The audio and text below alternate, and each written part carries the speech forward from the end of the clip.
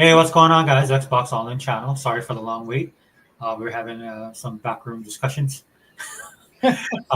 prior to launching this podcast, which is cool, man. I always like to catch up with my brothers, Sega Man and Hebot. Hebot will join us momentarily, but I did want to get the podcast started because I got some stuff to do this afternoon.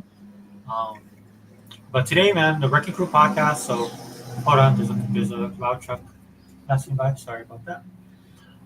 The Wrecking Crew podcast with our usual cast of characters. I sent out the invitations. Sega Man and Hebot. Hebot will be here. Sega Man's here now, and then see if the other people jump in. And of course, we'll be talking to the chat as best we can. And but we got a lot of Xbox stuff to talk about, and it's predominantly Xbox, guys. I know it's been a crazy week. I meant to drop videos, but I wasn't able to because I just been kind of busy. And there's a lot of other stuff going in the world right now that piqued my interest. I'll be honest with you. On the top of the fact that I'm still trying to play video games. So, and shout out to Call of Duty. They actually dropped a double XP weekend. Oh, nice. So I'm working on that again. Right? They don't want to let me go.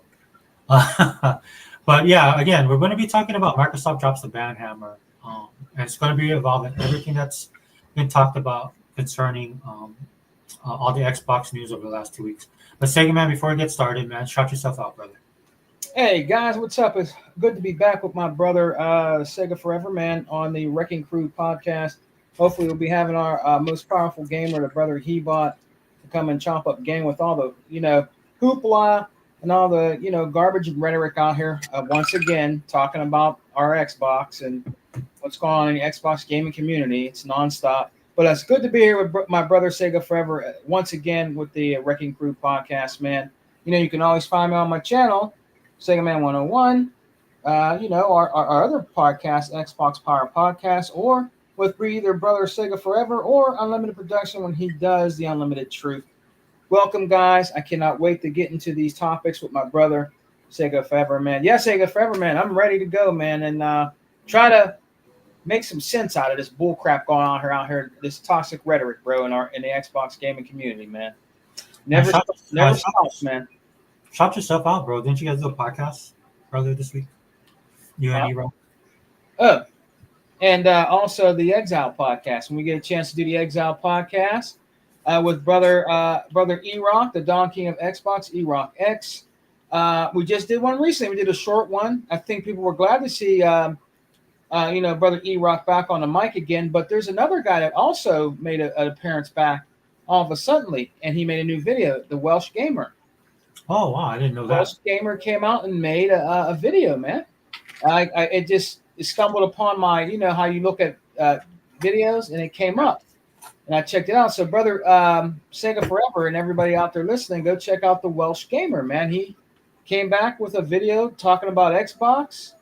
And he seems to be doing pretty well, man. It was good to see him back, brother Sega Forever. The Welsh Gamer, man. Yeah. It's kind of funny. A little bit earlier, we were talking behind the scenes about some of the guys who have come and gone. Yeah. And, it's not always negative, guys. A lot of these people have lives like us. And they have to make choices. So it's not necessarily that they're no longer bleed green or they're anti-Xbox. Some people have kids. Yeah, they might have to get married. Yeah, important stuff to take care of, and they can't do podcasts. Yeah, some people they get careers. Yeah. Yeah, so just keep that in mind because we're going to be talking about a lot of the gloom and doom. And I'll be honest with you, I was tracking it, but not really. Because, again, a lot of this stuff, when it comes to Xbox, it happens in cycles, right? Yeah. Xbox has got a big show coming out next week. And if you guys have been looking at the last 3 weeks, it's all been kind of slanted negative about the show. Some positive, some very exciting. But for the most part, what happens with Xbox is there's always a negative slant to the stuff that they do, right? Yeah. Yeah. And it was interesting to me because the sharing of games and all that stuff becomes an issue. And then it just steamrolled into something else. And the only reason why I'm doing this podcast is because Microsoft actually spoke up on it. Right? I was happy to kind of just let it fester and slide because we know how it is. Yeah. Right? Man, we know how this goes, man. There's a pattern to it. Right? There's a lot of people out there that just can't, let Xbox guys or Xbox gamers be happy. Right? Nope. They always got to throw in their 2 cents, especially, which is amazing to me because they have their own issues and their own consoles that you should be worrying about. And we'll talk a little bit about that as well. But were you tracking it at all, Sega man? What's that, brother? Were you tracking the drama at all this week? Some of it, some of it. I seen bits and pieces of it, and the one guy that they're really capping on, that's all cap out here right now, is that damn Dreamcast lies. Yeah. He's gone no holds barred. You know, he's spreading all that cap. He's capping out here, and this guy just can't stop, brother. He's like, I don't know. He's like addicted to spewing toxicity out here. Mm. That Xbox gaming community, man. He just, you know, he won't stop. You know what I mean? He just keeps going. But people like me and you, 100, he bought all of us. We're always going to be out here to embarrass them dudes, man, because he's wrong by what he says and what he's doing, man. You know, it ain't just him, but he's one of them. He's one amongst many. You know? Hey man, who's that other dude with the glasses? Harry Potter looking dude. Oh, Reforge. Yeah. He's another one. And you got that, you know, porta potty with his podcast. Was it 30 frames per second podcast or some dumb shit? You know, it was. I'm not gonna lie, it was good to see him, man. I hadn't seen his picture in a while, and then it was popping up all over the place. Oh, really? Yeah, I don't go to PlayStation stuff, guys, at all. Me either. The stuff that I see on PlayStation pops up on my feed, and I like yeah, it. Yeah, that's how I found the Welsh Gamer. He popped up on my thing, and sometimes their podcast will come up on there. You know, that's kind of know how you went from you're in DEFCON 3, is when they end up on your feed on your social media, so that they're getting involved. So look, it was nice to see him, dude. I hadn't seen that dude a lot in a while, man. Looks like his hairline's still receding even more. What's going on with that dude's head? He needs to just shave his head, dude. I mean, if I'm being honest. Yeah. And then his brother did a video. I don't know, dude. These guys are all over the place.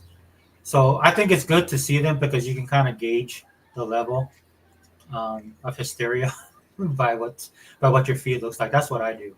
And like I said, I wasn't really paying attention to it, but just because I do follow King David. He did a actual couple good videos on it. Shout out to him. And then what I ended up doing was when Microsoft got involved, that's when it really popped up, right? Because I follow a lot of other stuff outside of gaming circles when it comes to news and information, and it started popping up there. Yeah. And when you start seeing the financial sites getting hit and a lot of the business sites being hit, because I was all about China this week, all about the TikTok thing, which I find fascinating. I'm not going to talk about it on here, but I will do a podcast probably later on today or maybe early tomorrow. Yeah, that'd be cool. Culture, and I'm just going to be covering all the stuff that's going on in pop culture with politics. One of the Microsoft heads from back in the day actually did a great video. Yeah, I'll be reviewing that as well. She did a great. I think her video is great because it talks directly at the heart of the problem with what's going on in the gaming industry with a lot of developers and publishers. Man, it's customer support, customer service. Right? Yeah. Which we need to get back to from a business perspective, guys. So I mean, if you want people's money, dude, you got to treat them accordingly. You know what I'm saying? Yeah. But that's tomorrow's podcast and a couple other things I'll throw out there. But that's Sega, man. That and COD was occupying my time again, and I was playing Subnautica. And man, I was not liking that game in the beginning, but now that I've done some exploring and got a little bit more stuff, then I'm now beginning to like it a little bit more. I'm beginning to realize why people like it. Yeah. But that's been occupying my time. What about you, brother? What have you been playing? Well, you know, I beat it Indiana Jones. Yes, yeah. Beat it that game. What have I been playing though lately? I've been looking through Game Pass. I also been playing some of my backlog games. Been playing some backlog games, like older ones. I went out and got that new Life is Strange. I got from the library. I've actually beat that. That's the one with the alternate. Yeah. Yep. They had it at the library, say forever to rent for free. I'm like, shit, this is a brand new game. Let me get this. Oh, nice. And actually,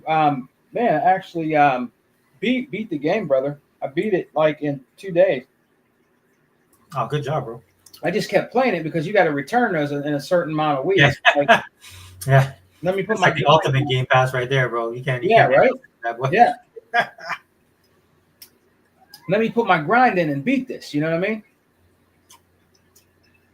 Yeah, I think people, there's some controversy surrounding that series, but I mean, you can't The overall story, character development, all of that stuff is solid. So Well, you're right. There's that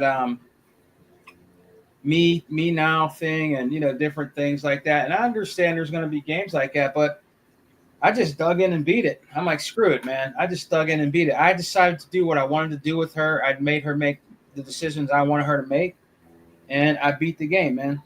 I beat that, and then I was playing. What else was I playing? What came out on Game Pass? If people like that UFC, that's out on there right now. yeah, that was a big drop, dude. I just noticed it the other day, yesterday when I was booting up the Xbox. You gonna try it out? Oh, definitely, yeah, definitely. I do like. I used to play the UFC games a long time ago. Yeah, And it's nothing I have against the UFC. It's like wrestling. I used to play a lot of wrestling games before. Just yeah, my taste have changed a little bit, but then also it's just you're so occupied with the games that you're yeah, playing right now. Again, that's another issue. So hopefully that Microsoft has done all they can to beat the false narrative of no games, and because it's not true. They have too many games. If we're being honest. yeah. We see it all the time on this podcast, right, Sega Man? And finding our greatest enemy right now is time. But yeah, got that right. Yeah, dude. Like if I said, like say I win like that Powerball, right? And Yeah. the $1 billion or whatever the last one is, and then you could retire, dude. You could make a full-time Oh job yeah, playing Game Pass and catching up on our back library. That's how bad it is. yeah. Yeah.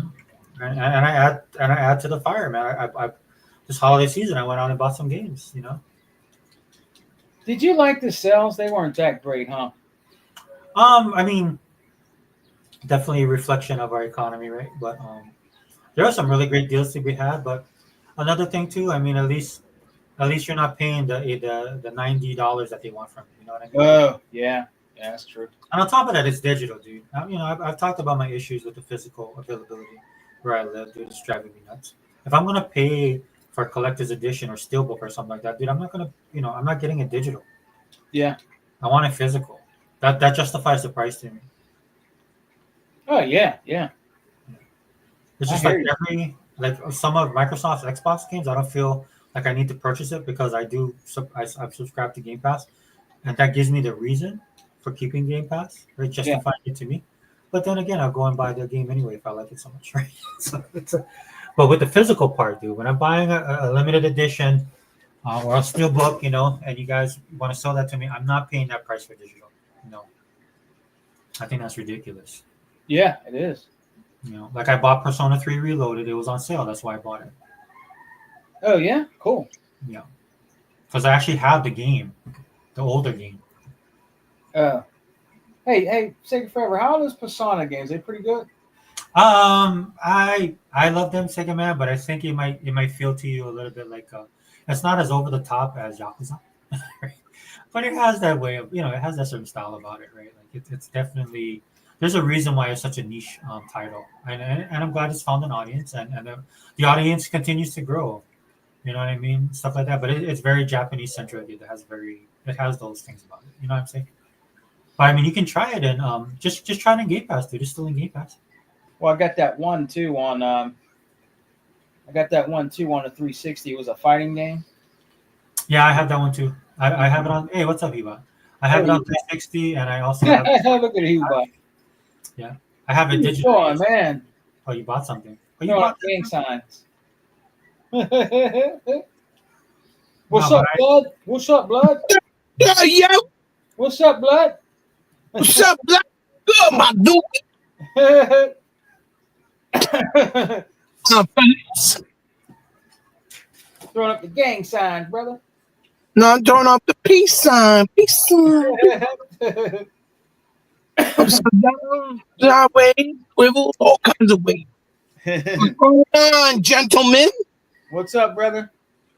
Y'all here ready to talk about this Sony beatdown that they got from their ex-executive or what? Yeah, we're ready. Ready? Ready? What a beat. My man was laughing. He said, let's keep it moving. He didn't want to talk about shit. Damn. What'd you pick? What'd you end up picking up? Well, I was having some problems with my car. Some reasons acting up. I got a call. I don't know if it's blocked off because they think it's like a suspicious purchase. So I gotta call them and see. Yeah. You know, a lot of things been acting funny. You know, all of a sudden out of nowhere, since this inauguration is in 2 days. Really? Yeah, bank cards, my son, his you know, he gets direct deposit Yeah. Yeah. from UPS, for example. Yeah. And his, you know, I forgot what bank he has, but I think it's Wells Fargo. And supposedly they got hacked, their system or whatever, this and that. And he hasn't been able to get his check because it didn't go through. It's not Yeah. allowed. And I'm like, that's what I hate, man. Technology is a curse, man. It's a give and take. It's a blessing and a curse. Yeah. So now he hasn't been able to get his money since Thursday. He got paid Thursday. Today's Saturday. He hasn't even been able to touch his money, and he needs to buy stuff. He was trying to give us some money to buy some food, and I've been able to do shit because his money is not going through. Yeah. And you know they're closed. Everybody's closed on Monday, just by default because of the inauguration situation, and because it's also Martin Luther King's Day, right? Yeah. Yeah. It's a recognized federal holiday on Monday. Absolutely. Which I think is a great thing that they did because what Martin Luther King was very significant and important, especially for the Black community, the Black people, their culture, their race. So that the fact that they recognize, I think, is really, really good.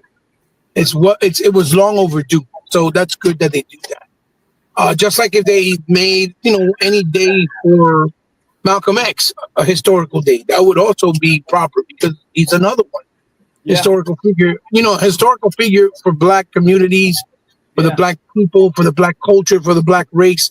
That meant a lot. He did a lot. So, and what he did was a big deal. So to recognize him as a holiday too, I think is also proper and overdue, long overdue as well. So Yeah. I agree. You know, I mean, we celebrate now Diwali. That's considered a holiday here where I live. Yeah. And Diwali is an Indian holiday, right? Yeah.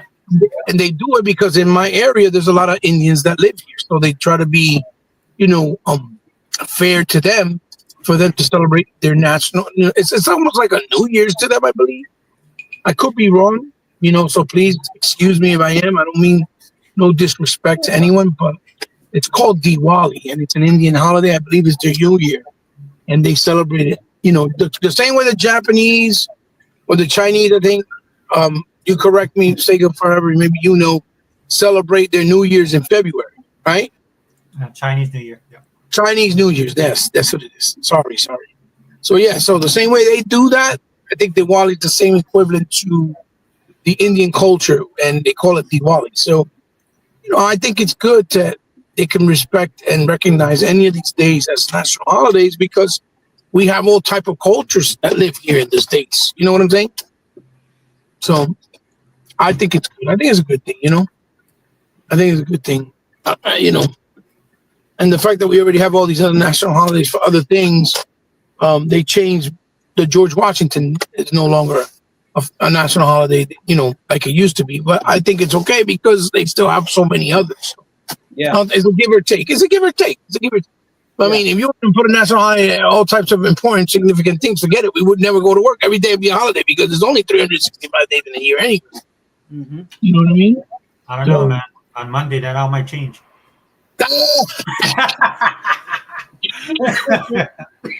Well, you know, I think the idea of making the day of inauguration a holiday, I don't think that's a bad idea because it's an important, significant thing, right? It's kind of like I don't think that it would be bad if they made 9/11 a holiday because that day you can hold that day as a day of reverence to all those people that died, right? And nobody should be doing nothing, right? We should just be respecting the fact that they died. Just like if they did a national holiday for all the Jews that died in the Holocaust, I think that would be appropriate because millions and millions of Jews died, you know, for no reason because of some dictator, you know, like. So again, well, I'm not going to say no reason because they did it, and because they did that, they did die. They were able to help and find more freedom for the Jews in general around the world, right? So they didn't die in vain, that's for sure. But it's a shame how they died. and because of a fucking evil, corrupted, crazy man that was a lunatic, basically. So, you know, there's just certain things I think are appropriate. Um, Maybe people may not think so, but I think it's appropriate. I tell you what, Um, man. I mean, I'll be right back, guys. Yeah, go ahead, brother. Federal has a lot of holidays, dude. yeah, And I yeah, think at some point, though, it has to do something that's more nationally affected. So, like, we have our own state that has our own holidays that we celebrate. And right, that's sometimes they're trying to push for a federal recognition. I'm like, why? What applies in Hawaii doesn't apply to the rest of the nation. So it has to be on that level. right, exactly, right. Good point. Yeah. But yeah, so I was telling Sega, man, dude, we'll get the show rolling. Yeah, I see you guys are live. Yeah, we're going. We're on. So, did y'all talk about anything yet, or not really? I just was letting everybody know that we're going to talk about. That's why I named it. Microsoft drops the ban hammer. Like I was telling Sega Man earlier, I wasn't really tracking. I was tracking, but not tracking. Right. This week, but then Microsoft said something, and then it started crossing the streams with business and technology sites, and then even integrated in some of the political stuff that's going on. Yeah, because a lot of these tech people are getting involved with the inauguration. So it was crossing all the streams. So I decided to look into it. And correct. Okay. Same old song and dance, right? Mhm. Again, like I was saying earlier, a lot of this stuff happens in cycles. That's why I don't lose my mind over it. A lot of the people, like Sega Man was talking about, you have somebody like Dreamcast guy, and then I mentioned Reforge Gaming. You should never listen to any of these people. Yeah. Technically, you shouldn't even listen to the gaming media, if I'm being honest with you guys. Yeah, well, I mean that got proven and exposed this week, right? When the article came out about Microsoft, not doing well, that they didn't make their profits from Activision, and they came out and made that statement that was highly incorrect, and they even had one of their investors or portfolio holders bring out the numbers, which I was like, wow. I mean, they should do that more often. That's the kind of PR that they need.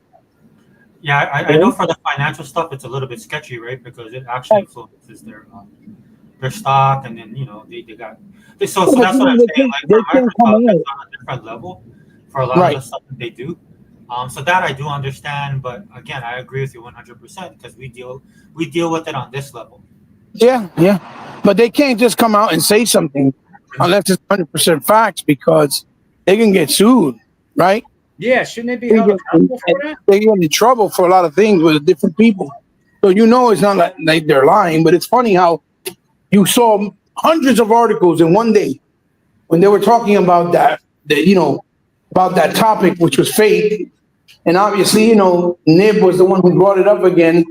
The same dude that said that Wukong can't run and on the console, which he was proven wrong by the Turk. What's up? How are you? Training? Good luck. So so it's good that happened, but people try to push it under the rug. When the response came out, you ain't seeing nobody talking about it and trying to retract what they said and correct themselves. You know what I mean? Yeah. It went like radio silent, bro. It went radio silent. It was funny. Yeah. Which shows that nobody has integrity. Like I said, I've said this thousands of times. We've said this. All three of us, all four of us, our whole crew, our whole Knights of the Round Table have said this, and they have no integrity. They just don't. They don't. There's no integrity. But it's good. I'm going to show this really quickly because I kind of did this earlier. So a lot of times when you go in and you just type in Xbox, right? Can you guys see this? Yeah. You have a whole bunch of these articles pop up, right? Me and Sega Man was talking about this earlier. You have a whole bunch of these articles popped up. Normally, it's always like a negative slant. Sometimes, dude, Sega Man, I meant to tell you this. Sometimes, like when you get to the 6th article, it'll be something about PlayStation. Yeah. With a negative slant about Xbox. They always do that. Yeah. And I use Bing, which is actually Microsoft's own. They own it, right? Yeah. But that's look, guys. Again, like I said earlier, anytime you see paywall, that's a big red flag, right? Yeah. I forgot what the other one I said, but the third one I said also when you see the people's reactions, right? That's another big flag. Right? Again, the thing is, if you're gonna bleed green in your Xbox, you're gonna have to do your own research. Yep. Just that's just the bottom line, right? And you're gonna have to recognize the patterns with this stuff, right? Because like I said earlier, it's cyclical. So, but yeah, Hiba, this is what I was showing earlier, just like going over it, just saying like, look, you just do this simple search, and this is what you get. And the majority of the time, it's negative. What ends up happening is that um, excuse me. What ended up happening was that Microsoft actually spoke out on it. Well, that's also the problem. Someone Yeah. That's also the problem. Someone coming in with interest on Xbox, right? Trying to get into the ecosystem for the first time, for example, or that wasn't on it because they were maybe on PlayStation or Nintendo, or maybe because they just want to broaden their horizons. And even though they play Nintendo and PlayStation, they also want to get an Xbox finally, right? Yeah. You can't find anything positive when that's all you see. Look, clear as day. Sega Forever typed up Xbox, and what do you see? About 125,000 negative Xbox articles. Yep. Negative. And if you find one positive, for every 20, you'll probably find maybe one positive. You know what I mean? Or one about PlayStation or something like that. And that's the problem. That's the problem. That's how you know that what we've been saying and what we've been alluding to and what we've been talking about for years, that proves that we've always been saying the truth, that we've never been in line, or that we've never swayed a different direction. And then when we were saying it at first, when there wasn't enough people that had the courage enough to be like, yeah, this is what's going on, and we were the minorities, or the the little few that were actually talking about it. Well, the feedback we got back was, oh, you guys are crazy. You guys are conspiracy theories. You guys are just hating on PlayStation because it's superior. And those were all the kind of feedback, if you will, that we were getting when we were just being pro Xbox, but also being real gamers. Because, we were laying down the law. Listen, this is like this is like that, because this is that. And nobody wanted to hear it because either it wasn't cool enough, or because they didn't have the courage to go out and say straight up, oh, yeah, this is what's going on. It seems to be this way. Everybody was like, nah, you guys are crazy. You just Xbox. You suck on Xbox, a company that don't do nothing for you, and saying all types of stupid rhetoric and crazy shits, Yeah. Oh, Jay, go ahead, guys. So it's good to see now live and direct how the pattern is, and more people are onto the bullshit, right? Mm-hmm. Yeah. I mean, it's happening. Yeah. No, we're here. I think he about muted his mic for a second. Yeah, 100%. And people are beginning to see through it, right? But I mean, again, you have an industry, right, which is inundated with Sony fanboys and Sony ponies, and you also have a media that's the same way. And until that changes, you know what I mean. Again, I say this all the time. Thank God Microsoft has a lot of money, because that's their kryptonite against all of the hate that they get online. We sit here, Sega Man. We've voiced concerns about what we think Xbox should do, and what they shouldn't do. But at the end of the day, we're still fans. We still rock out with their things. We're still consumers. That's not going to change. The interesting thing about why this helped me a little bit is because I've been kind of hard on Xbox recently, because of they're taking their stuff over to the other consoles, which I don't agree with at all, right? But then again, we have people lose their minds like this, and then it brings you back to normal, right? Yeah. Because there has to be some reasoning for why you don't like something, right? In my opinion, right? It's not just because. And for me, a lot of it has to do with our brand and the way that I like to play games, right? I'm not gonna not play consoles, and that's how I've been playing all my life. That's the Well, for us, if I may, right? When we say we don't like Sony, right? Hmm. We can give you 100 reasons why, which completely validates our our our genuine approach, right? Completely validates that we are actually real about what we're saying. We're not trying to create a fake narrative, right? And it also shows that we've been around the block long enough to know the differences, right? Between bullshit or non bullshit. When these guys do what they do, the reason why the reasoning is there for Xbox with the hate is because it makes the money. It's the clickbaits. It's the views. Yeah. Even the media put themselves in a situation since 2013 where hating on Xbox or being negative Xbox brought them a lot of revenue, clicks, and views, right? So now they have to lay on the bed that they made and created in order to stay relevant or keep making enough clicks and views to keep the doors open or the lights on, right? Yeah. We said this years ago. I know I did.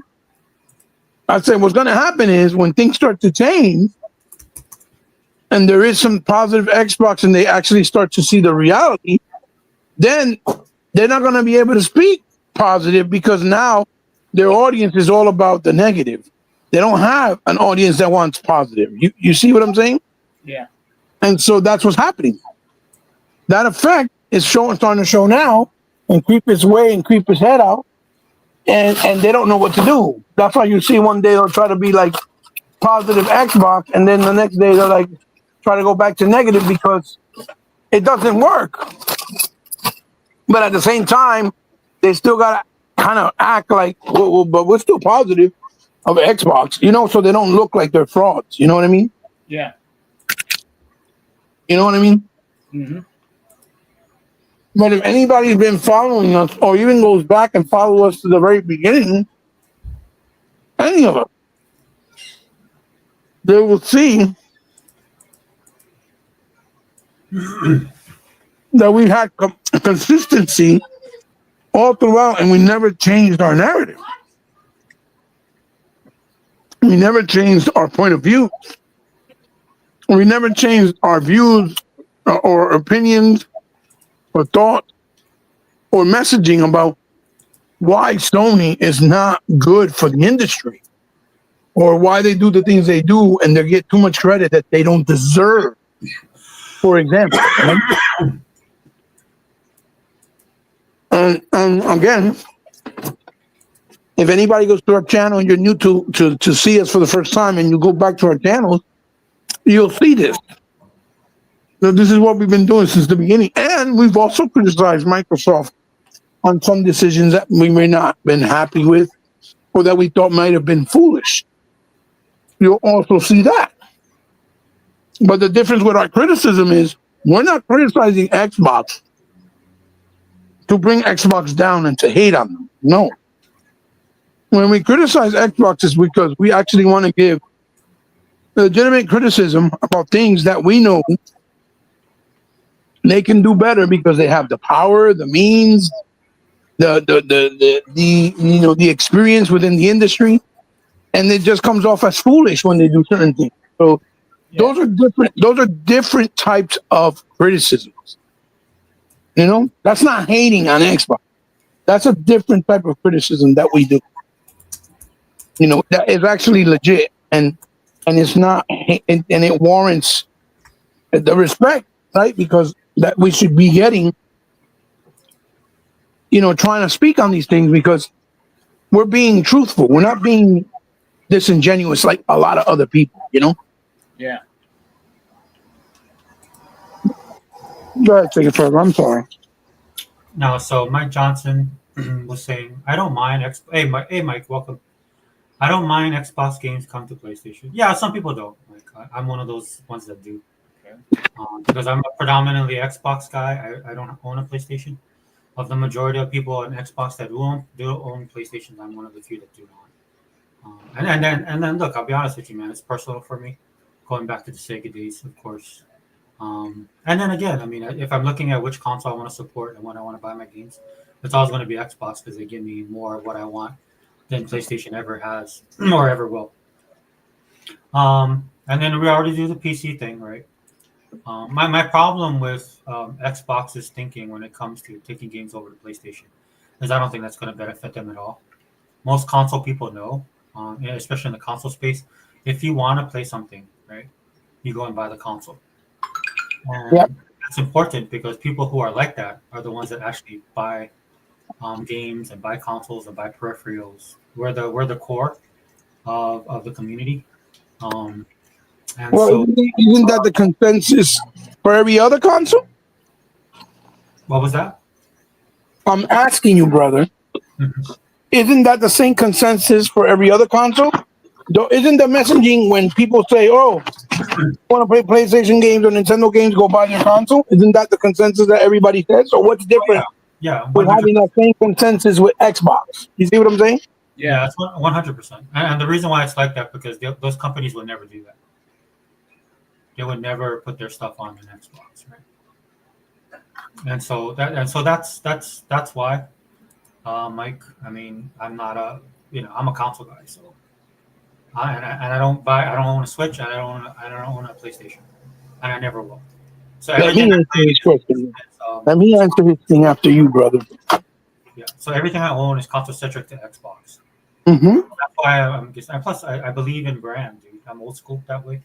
You have to give something to people that they need, and again, just finishing my thought. It's not going to help. You might have Mm-hmm. some people that buy the games, dude. I don't think it's going to be on that level. Everybody usually stays in their box, in their lane, and then you have some people that might cross pollinate, but it won't be on the level of what they're trying to do. Now, maybe they have some. I've heard some pretty there's different opinions on this, man, and some of it a little bit nefarious, which I'm fine with. Where people are talking about certain things when it comes to us putting or Xbox putting their stuff on other consoles, right? And that all might be true. Who knows? But I'm just being 100% honest with you. Hey Pepe, what's going on? Welcome to the podcast. Mm-hmm.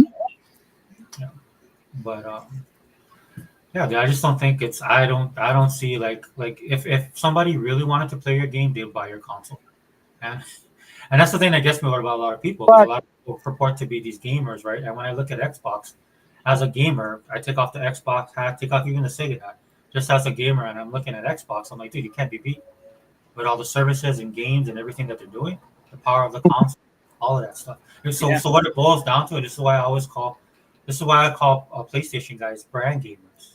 It's all about the brand. That's all they care about. They don't care about the game. mm-hmm. Mm-hmm. They're brand gamers, and they always have been from the jump. And we all know this because we're all Sega guys, all three of us. Yep. You know. So, go ahead, bro.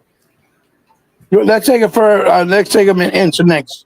'Cause I'm gonna be a little long winded. I don't want to take his time off.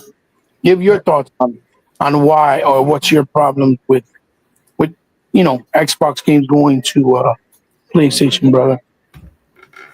Well, the thing is that like I said a long time ago, when he bought back in the day of early Xbox One with the Cuphead and everything, how he said that those games should stay over here and shouldn't go to other platforms, is coming to fruition today, right now, because a lot of those games that did go over there that were first on Xbox that could have stayed exclusively to Xbox didn't even do well. Didn't even do well over there. They didn't support the IP like we did, Yeah. the way we supported Cuphead. You know what I mean? The way we supported other games that have went over there. What's the other one that went over there? I didn't think it was going to go. Ashen, Ori, Ori, Ashen. Super Lucky's Tales. Yep. Yeah. And what's the recent one that went over there? The one that looked like I can't remember. Hi-Fi, not high. Is it Hi-Fi But Rush? we're talking about one thing. You're talking about the early days, why that happened, like Max Curse of the Brotherhood, right? Right. But what I'm saying is brother, it's proven today that putting our games over there, they're not buying them. They're not supporting the IP. That's the thing I'm trying to say. Those guys over there do not play games like we do, or buy or support games like we do. Those games should not even go over there. It's not really, in my opinion, generating much money going over there because they don't support them. And the reason why they don't support those games is because they were on Xbox first. They don't like that it was on Xbox. They believe every game we have should have been on PlayStation and not Xbox. I mean, oh, that's a game that belongs on PlayStation. That seems like a game that Hi-Fi Rush is a game that should have been on PlayStation and not Xbox. They don't play games like that. The only thing they play is shooter games and shit like that. Like they try to stereotype the Xbox. You know what I mean? Well, you know, with different things like that, brother Hebot.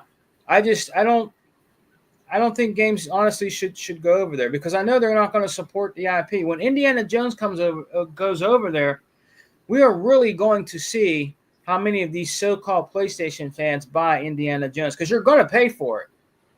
So we're going to see if they support that game because that game was a masterpiece over here and it was game of the year in my opinion for Xbox, the Indiana Jones game. So we're going to see if that game makes money over there because I don't think it's going to.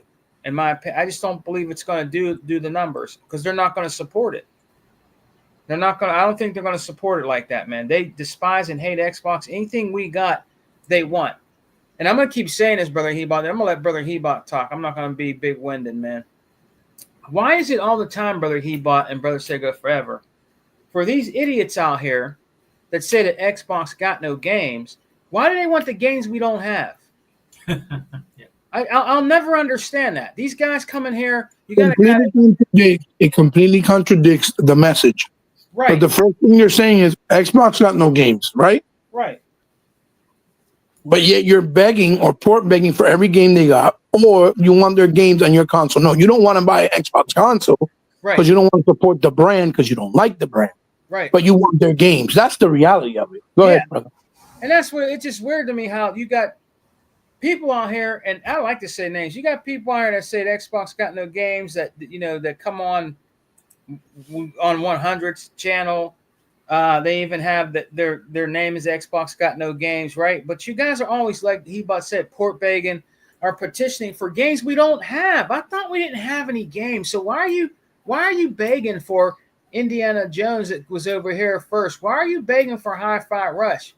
Why are you begging for all our games? And you guys think in your head really believe that you're getting the Halo Master Chief Collection. I don't believe you're getting that. I really don't believe that. But I thought we didn't have any games. Or here's the one Hebot and Sega Forever that they always said. The only games you guys got is Forza, Gears, and Halo. Forza, Gears, and Halo. But you're wanting the Master Chief Collection over there? But yet you say that's all we got is Forza, Halo, and Gears? But yet you guys want the Master Chief Collection over there and believe that it's coming over there? I just never understood how you guys, and then you guys don't say nothing about it. You never back nothing up. I thought we didn't have any games. So why are you begging for our games we don't have? I'm just saying, we don't have any games, right? So why are you port begging for our games, man, that we don't have? You say we don't have.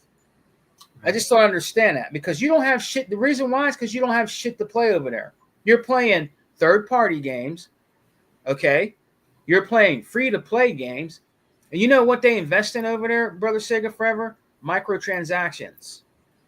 That's what they invest in over there. That's what's kind of keeping them alive because they're playing those free-to-play games, and some of them are buying the microtransaction shit that's in the games. That's what I believe is helping keep them afloat.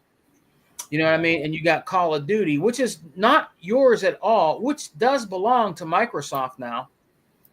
You're playing, that's all they're doing. They don't have nothing. What do they have to play? Astrobot? Just like Hebot said. It was a great platformer. But it'll never be what Mario Brothers is. Like Brother Hebot, said, man. It's a great game. He's played it. I can't say nothing on it because I have a PS4. So I can't play it. And what did I tell you, Sega man? The first thing I told you, I didn't mean to interrupt you, but what I said to you, I said Astrobot is a damn good platformer. Yeah. But it's not the game of the year. I said it's the best platformer that Sony has had in years. It's on the same level as Ratchet and Clank as far as gameplay wise and fun factor.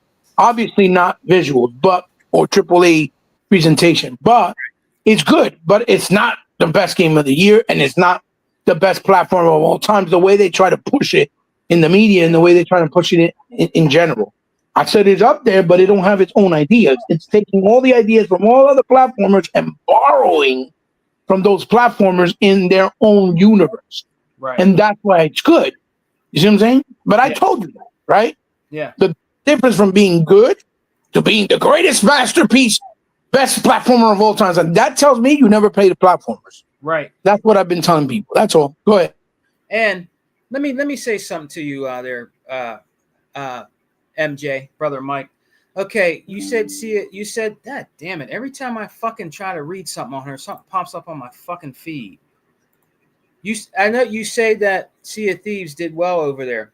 Okay, I'll give you that. But here's the thing, Mike. When we No.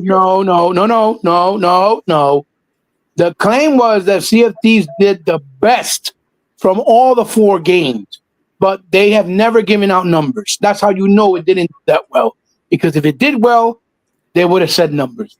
Sea of Thieves has not. They probably had maybe 100,000 people on PlayStation.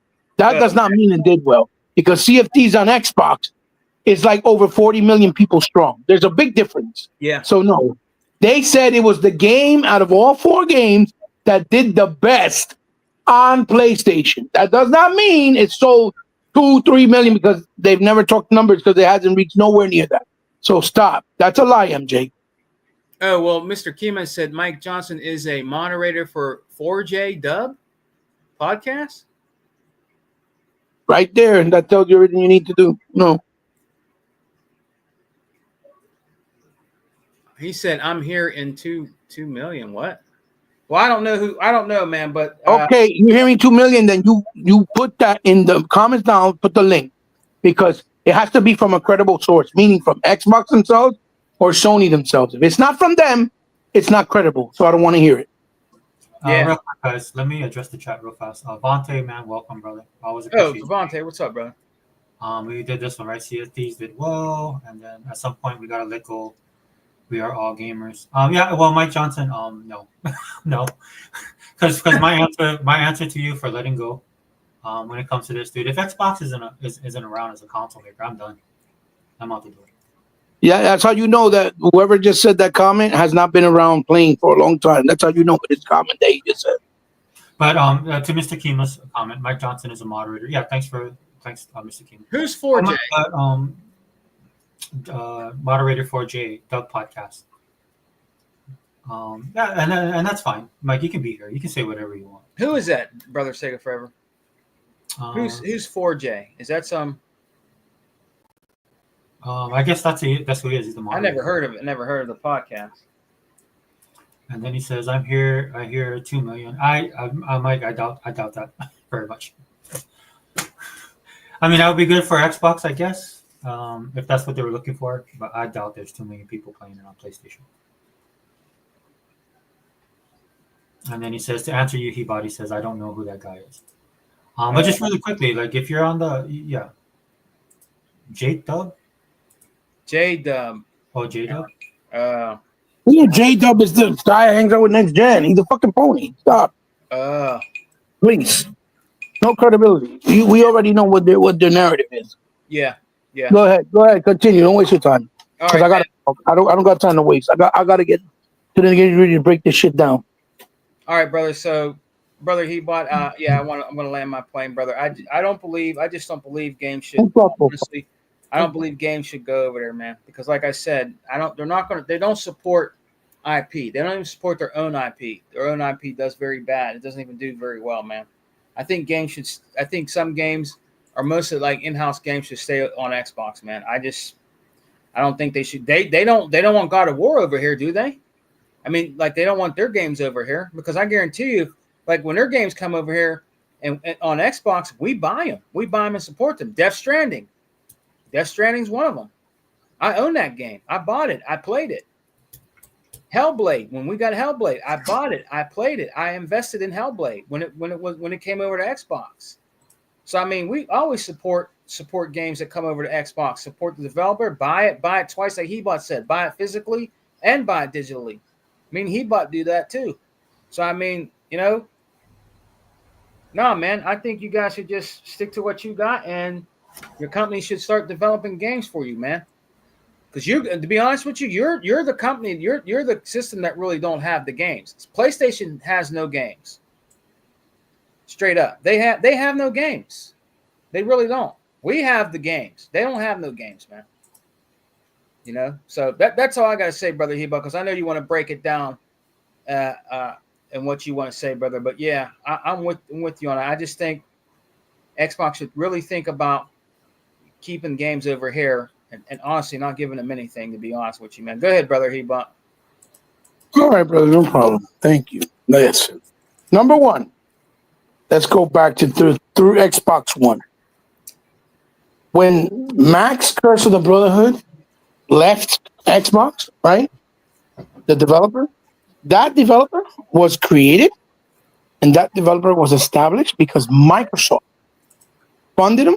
Microsoft owned him.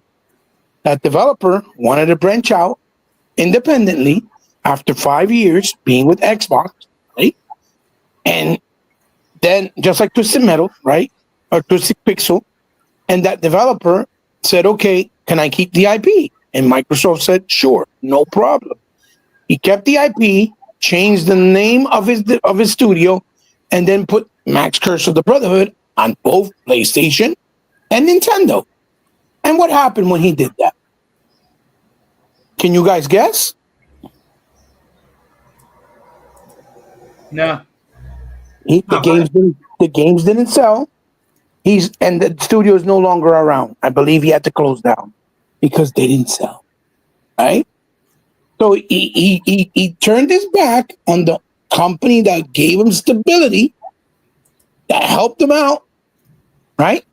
And that if he stayed with them, would have had more of a brighter future, because financially Microsoft don't have to worry about anything, because he wanted to get other audiences when all they had to do was buy an Xbox. Because like Sega Forever said earlier, and that is a fact, I believe the same thing, because as a consumer, that's the way how I think. If you want to play something, you'll go out and buy it and support it. It doesn't matter where it's at. Yeah. That's just how we operate. That's how real gamers act and think since the beginning of consoles and gaming, right? But keep in mind that games like Ori, games like Cuphead, they made deals with these developers for lifetime exclusivity, even Ashton.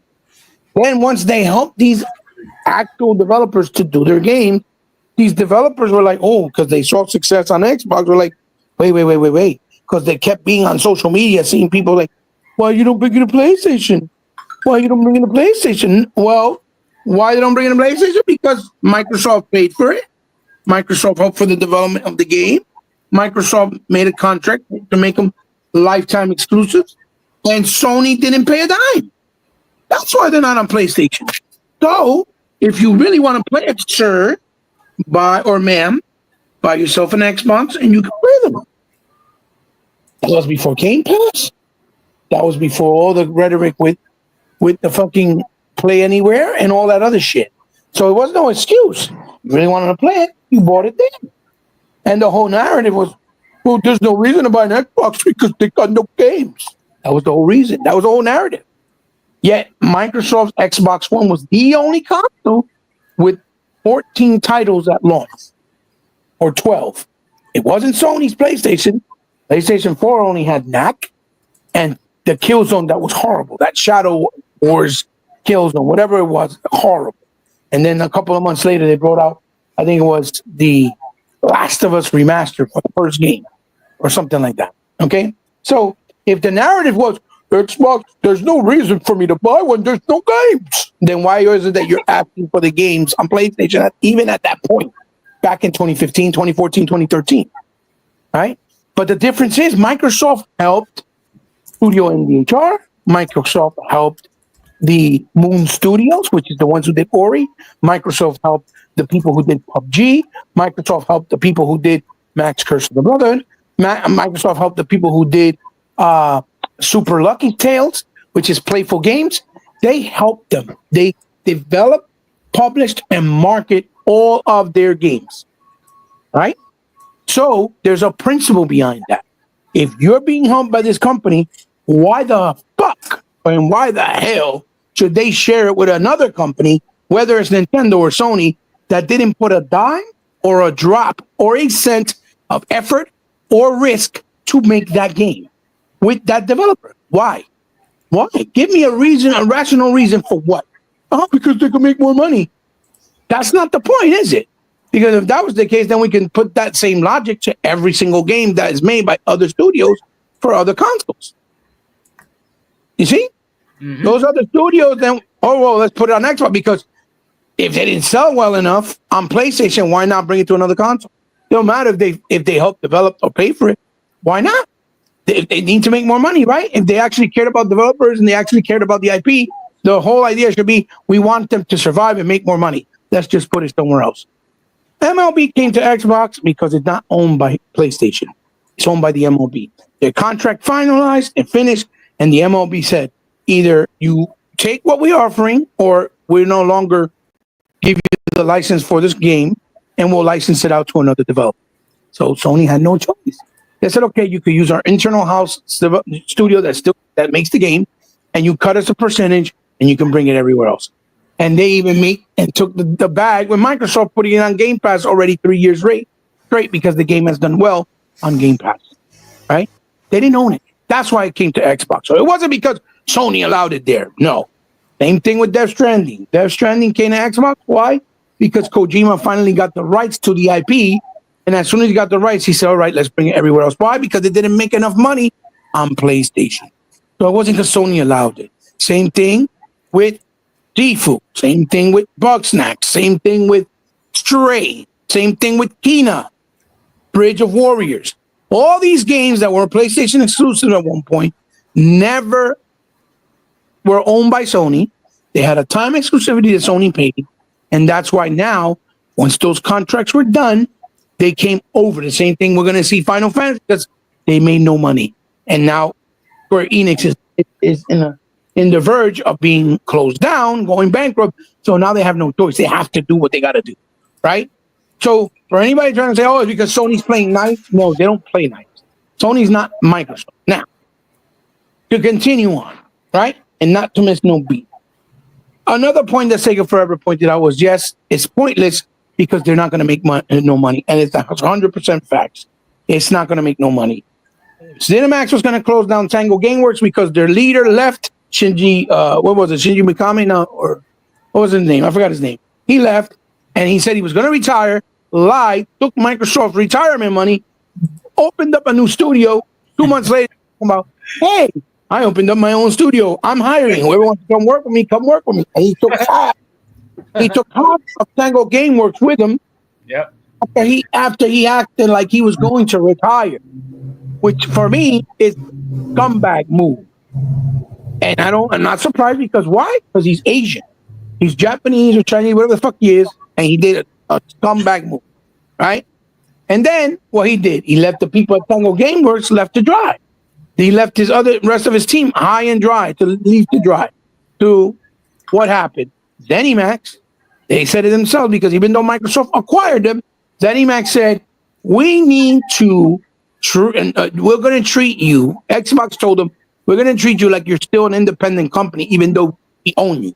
You're under our umbrella because we own you. But we're going to treat you, when you do your business decisions and marketing, like you were independent. That's what they told them. And that's what they did.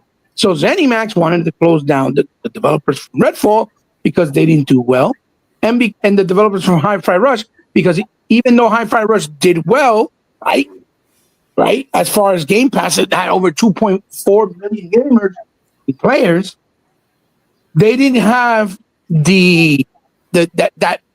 internally, the developer didn't have that passion no more, because their leader left and because they didn't make enough money with their one game in the project to make maybe the sequel or make other games in future games. So they were going to close them down. And what did Microsoft do? Say, no, don't close them down. Let's sell them to someone else. And who did they did? They sold them to that other publisher that owns other developers. I forgot who it was at the moment. And they sold them to protect them, to save them from closing down, because they care about developers and the industry, which is something Sony will never do. Sony would rather them close down, not exist anymore, than actually sell them to someone else so they can continue to strive in another place or have another chance somewhere else. Sony would never do that. Just like Nintendo, because Nintendo came out publicly and said, if we ever become bankrupt or we're no longer able to stay in the industry, our IPs will die with us. We will, and our developers, we will never give them to anyone else and sell them to anyone else. And then they don't get scrutinized for that, even though that's not showing in any way, shape, or form that they actually care about gamers, the history, the culture, the developers, and people that love and cherish those IPs. That completely shows that they don't give a fuck. They only care about their reputation or what Nintendo stands for. That's it. Which is completely asinine, which shows that they're stupid at making business as well. They got lucky with the Switch because it's the portable that caters also to children. But if it wasn't for that, they would have been at their last limb, because the Wii and the Wii U both didn't do well enough for them. Only in console sales, but not software, and that's why they weren't doing well. Because it's the console doesn't make the money, it's the software. But Nintendo is just as stupid and dumb ethically in how they make business as Sony. They're not innocent either, because they're the whole reason why Sony became what they became since the very beginning, as far as being the slime balls getting into business when they were doing their stupidity back then. That developers worked for Nintendo, they were allowed to only make 5 games a year, and they couldn't make games with anybody else if they were making games for Nintendo. That was the first thing that they did to developers. They told them, you're our hostage, even if we don't own you. If you want to work with us, since we're the big dog, and you want to make games for us, you got to do it the way we tell you. If not, we'll sue you if you make a game for Sega. That or TurboGrafx. That's what they did. Nintendo started that shit. So stop with, I hate when people try to make us seem like they're the darlings of gaming when they're not. Nintendo saved gaming, but that's the only thing they did great for gaming. That's it. Other than that, they're slime balls. Okay? To this day, they still do slime ball shit. Look at all the YouTubers that try to do their content. If they do anything else, they try to sue them or shut them down. Oh no, you only going to do our content, and we got to get a certain percent, and you got to do it a certain way. If not, we're gonna sue you. Like, that's retarded. Who the fuck does that? That's free marketing. Who the fuck does that? Okay, so Nintendo's not innocent either. They created the monster that is Sony today. Okay, so now to go back to the other gentleman that said, we should just get over it. We're gamers. Let's just share our game. You clearly haven't been doing this since the very beginning. And that's why you think about it that way. Because our problem, or my problem in general, is not that other people get to play the game on PlayStation and Nintendo. My problem is that Sony doesn't deserve anything. They don't deserve no help. They don't deserve no sympathy. They don't deserve nobody to back them up. Because Sony, from the very beginning, took their wallet with their big-ass fat checks from being the biggest electronic gaming company in the world, and started cutting off everybody from Sega to Pioneer to Atari to Nintendo, and told them, fuck you, because they knew that even though they were the pioneers of video games, they didn't have the pocketbook or the purse that they had to be able to continue to do business with other developers and bring games to their console and platform as well. So they told all these developers, 250 of them right from the very beginning on PS1, you're coming with us, and that's it. If not, we're not paying you. And since Sega couldn't match what they were doing with the Sega Saturn, they had no choice. So when Eidos Montreal, which is now known as Eidos Montreal, and Crystal Dynamics were doing Tomb Raider 1 and Resident Evil 1, right, for the Sega Saturn, they had to stop production, even though they were made for that console first, and went and made it for PlayStation, because Sony paid them a big-ass purse so that they can keep it on their console first and keep it exclusive to their console for a certain amount of time. Then you saw 2-3 years later, they brought out the director's cut of Resident Evil on Saturn, and then they brought out the director's cut of Tomb Raider for the Saturn, which didn't look better as far as anti-aliasing, but the games look better as far as the detail quality, how it played, loading, and all kinds of other shit, right? And even frame rate, which worked better on the Saturn. because they were created originally for Saturn, right? So Sony got in the industry mudslinging, basically giving everybody the middle finger, telling you go fuck off. That's why during the PS3 era, they said stupid shit like you got to get 15 jobs in order to get our console, and you're gonna like it, whether you like it or not. That's what you're gonna do because we're Sony, and that's what we feel like you need to do. With no respect to the gamers, no respect to the industry, no respect to the culture. They just said fuck you, suck our dick, and if you don't like it, too fucking bad, right? Meanwhile, Microsoft has been there since before Sony, since before Nintendo, with other companies making games and consoles for the home, first starting with the MSX, right? And then publishing games through the years on PC, and then from PC publishing games also on consoles, and then helping other companies like Sega with the online infrastructure, right? Through the years, all they've done is positive. Xbox helping the gaming industry, the console industry, and gamers that play on console and develop. So they don't deserve shit. Why should Microsoft help them be better than they are? For what? If they didn't give two shits when they do what they do, paying off everybody to keep games off Xbox, and these games don't even belong to them, like Spider-Man doesn't belong to them. They keep it off of Xbox. Why? Because since they own the movie rights, they think that gives them the right to have the game exclusive to PlayStation, even though they don't own the merchandising right. And then, of course, Disney being the fact that they know that Marvel, the MCU needed Spider-Man so desperately because it's an important character, they bent over and told them, yeah, okay, we'll give you exclusive deals for games, and we can just make movies, and we get profits and share them, and everybody will be happy, right? That's the only reason Spider-Man is exclusive.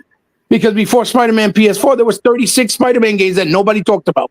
Nobody gave a fuck about, even though they were great games. And the whole foundation of Spider-Man PS4 is all from Insomniac. Everything Insomniac did before they did, all those mechanics, gameplay style, gameplay things that you do within the game, as all the ideas of what's their name? The people that worked for Activision, which was Beanox. It was all Beanox work. The work that they built. It wasn't Insomniac. Insomniac didn't do nothing new for that gameplay, for the gameplay and the series as a whole. They did nothing, right? Absolutely not. Maybe the story. That's it. That's all they did. But other than that, all those ideas are all from Beanox. Every single one of those ideas. Because if you don't believe me, go back and play their games and you're going to see everything was there. Everything. Right? And obviously the production value was much higher because Disney was putting up the money to pay for it with Sony, and Sony marketed, right? So the reason why I don't want them there is because Sony doesn't deserve to continue going forward in this industry because they have done nothing for this industry, have done nothing for the culture, they have done nothing for gamers, they have done nothing for developers. They don't give a fuck about nobody but their perception and their fucking pocket. So if this company thinks this way and done this way for years, no, I don't think it's let's turn our backs and be forgive. This is not a religion. This is not real humans with real humans. This is business.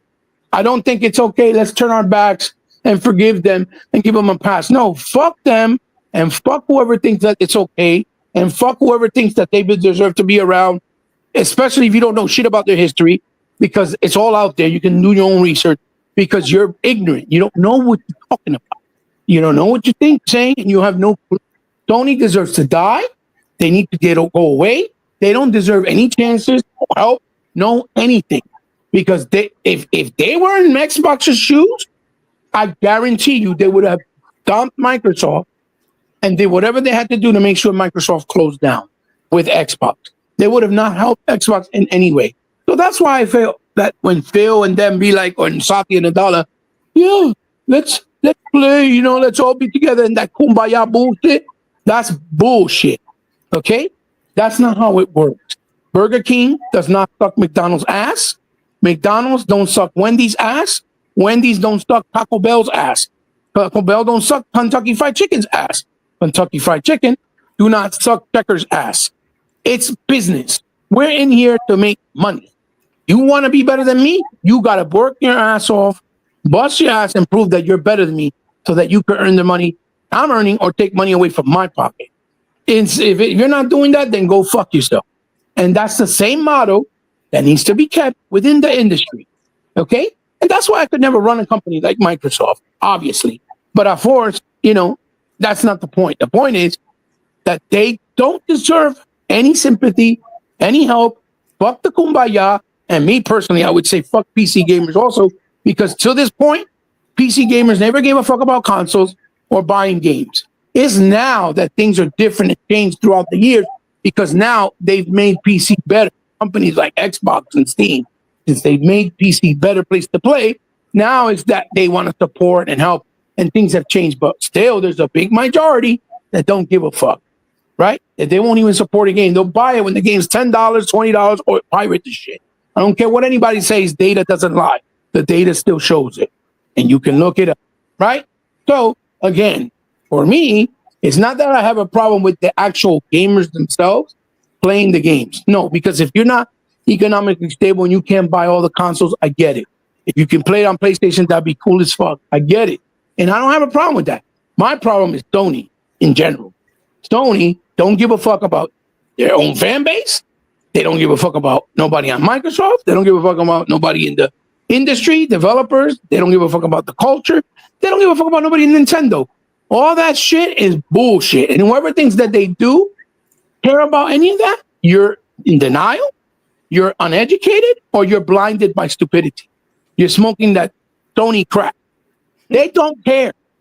Sony needs to go away. They need to go, because like Sega Forever and Sega Man and I have said many times, if Xbox was to close down, the gaming industry will go into falter. It will die, because Nintendo alone will not be able to keep it where it needs to be, and neither will PlayStation. They don't do shit for nobody. They're not consumer friendly. Neither is Nintendo. That's why they're doing what they're doing now, talking about backwards compat, and all of a sudden they're already telling you not all games will work. Yet it's the same format. But Xbox, it was different because they couldn't use Xbox disc or 360 disc natively on the new console because they had different encoding. With them, it's not. They're using microchip. So there's no excuses. You pop it in, you should be able to play it. But nobody's calling that out. Everybody's like, oh, it's fine. As long as we can play a lot of our games, that's all that matters.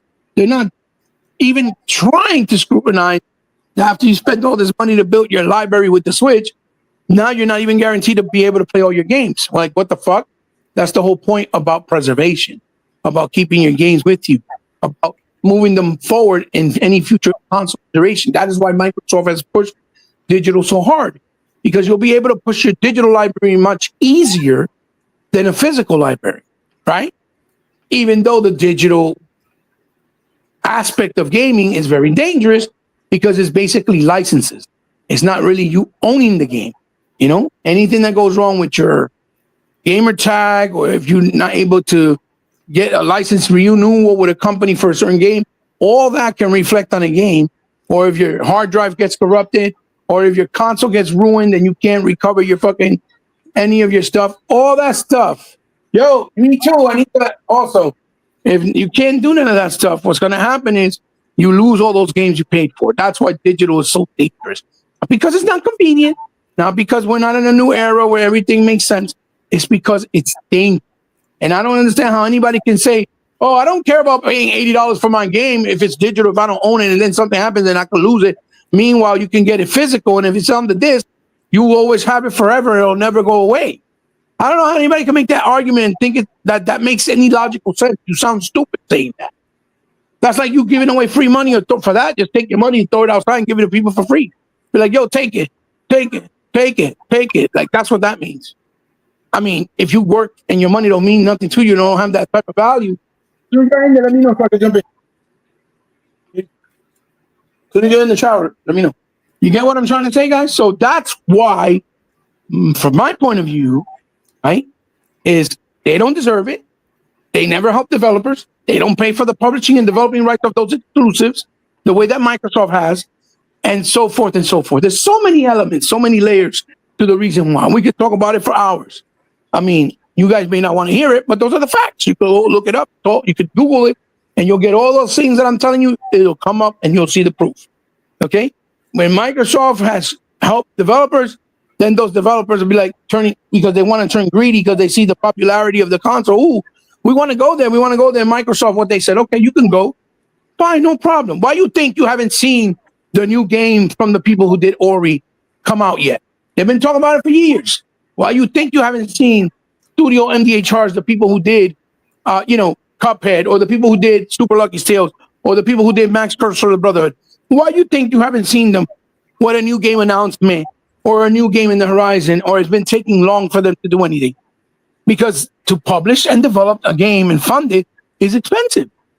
And if they can't find a publisher to be able to do these things, obviously they're not going to be able to afford it, right?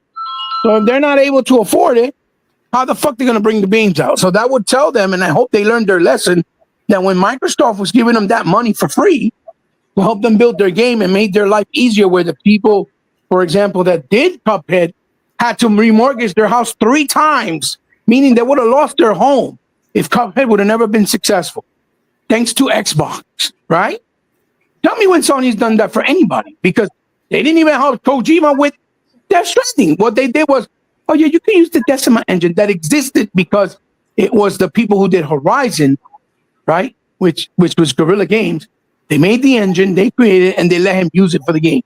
They didn't pay for the development of the game. It was Kojima who paid for it. Okay? All they did was marketed it because it was exclusive to their platform. But they didn't pay for the development. It was all Kojima. And now you guys have a problem with the game being on Xbox when it came out of his pocket? Why do you think he put it on Xbox and on PC and on Steam and on everywhere else? Because the motherfucker want to make money. Because it's expensive to make games. Especially if they have high production value of AAA, where the games could cost anywhere from 100 million to 300 million to make. How are they going to make back that money? By saying, here's free? No. They have to make it money. Why you think that they push so much games as a service, all these microtransactions on all types of games, even if they're single player? Because they're trying to figure out ways to make extra money if people don't go out and support the games, whether it's Game Pass, whether it's buying the game directly, whether it's renting it, whatever. They have to make money. The only way you can do that is by finding other answers and venues in order to be able to play or buy or support or pay for the development of those set games. So there's my answer. Now, if you guys like it or not, not really my problem. I don't really care. I'm just trying to tell you the facts of how it is. That's why they don't deserve it. So games going to PlayStation, fuck them. They don't deserve it. They don't. And all those games that went there, Pentiment, Grounded, Hi-Fi Rush, all failed. The only one that did something well was Sea of Thieves, but the numbers were never given out because obviously it wasn't that much. Because on Xbox alone, it was 40 million plus. So you think 40 million plus versus, let's say, even a million on PlayStation, you think that's successful? No, that's a joke. With a console that supposedly has 65 million people out. That's all I got to say, brothers. Can you guys hear me? Yeah. Yeah, sorry. I have people. Good stuff there, brother. He bought. Yeah, great Good stuff commentary, there, man.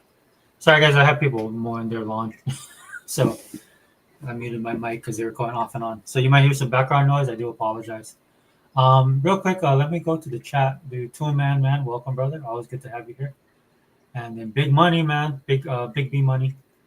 I was rocking out in the chat, rocking out in the various podcasts, man. Good to have you here. Big day tomorrow for you guys, man. My Steelers lost, so I'm out of the running. But Rams and Eagles, man, I heard that's the next big game tomorrow. And then who's it? Bills and Ravens. Those other ones people were talking about at work. I don't have cable, guys, so I can't watch. Only when I get it on streaming.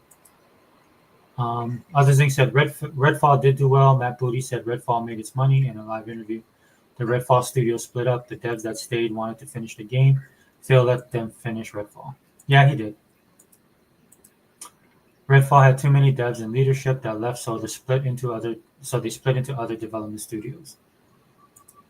And then Mr. Kima said GameStop. Stock prices are higher than Sony stock prices. PlayStation is in bad shape. Yeah, dude.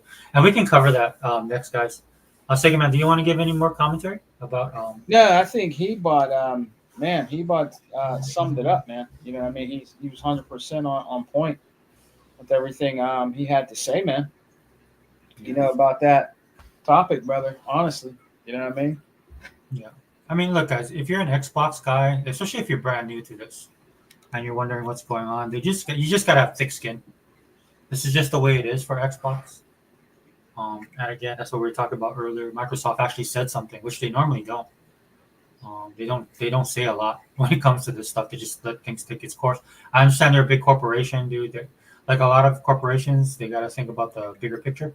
I do understand that, but it's nice when they do something that comes in because an interim, man. Some of these narratives can get away from them, and then you're gonna have to do the backfill later on. So either way, it's best to address it from the jump and nip it in the bud. Again, guys like me, Hebot, and Sigma, we don't believe all this stuff when it comes out because again, there's a pattern to it, and we've been dealing with this for a long time, right? You guys know that Xbox has a big show coming up next week.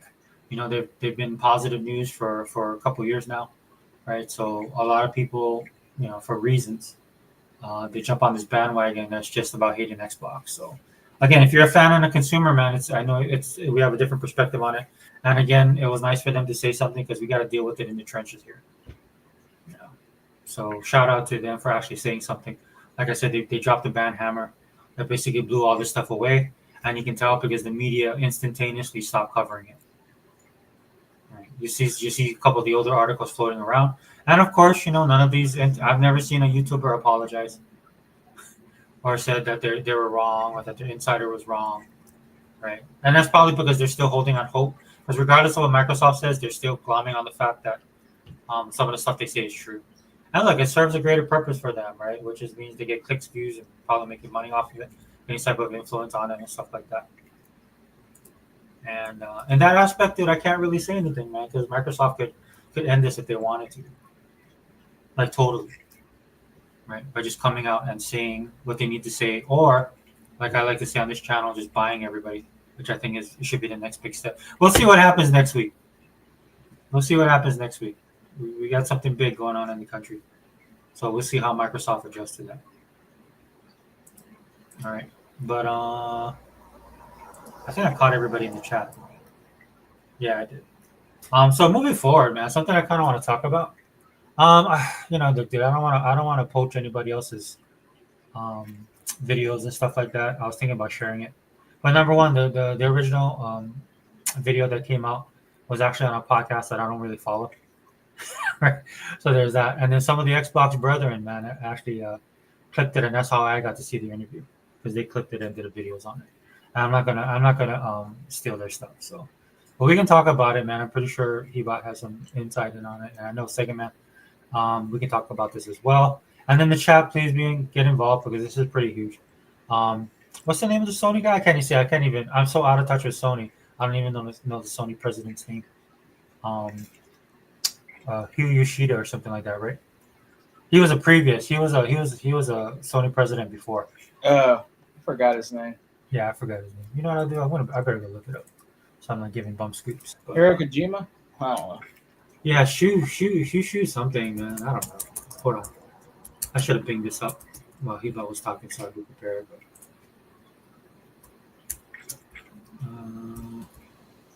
But it was a big drop, dude. All right, guys, bear with us. I forgot his name. See, that's how out of touch I am with PlayStation, dude. Because honestly, guys, I don't care. What are you talking about? The CEO for Sony that just did the interview. Wait, which CEO? I think his last name is Yoshida. Shu Yoshida. Oh, Shuhei Yoshida. Yeah. Is it Shohei? What about it? What about him? He went on Greg Miller's podcast. Kind of funny games podcast. Oh. And he destroyed all the PlayStation. All the PlayStation fanboys. He took their heart yesterday. Oh man. Yeah, let me try and find this. I'm gonna try and find the news on it because it was huge. Brother Sega Forever, can you actually replay it? Well, I don't have the clip for it. Oh, okay. Yeah, but yeah, dude, I don't like to. I don't like, you know, look, I'll be honest with you, I don't like Kind of Funny. The only reason I watch some of these podcasts is when Xbox has their stuff, and I Yeah. watch Be Crow. Yeah. You know? Kind of funny games. Yeah, well, a lot of yeah, Kind of Funny. A lot of these guys do because, Kind of and that's shitty what the games. funny thing I found out about 2024 was because PlayStation and Nintendo really didn't do anything.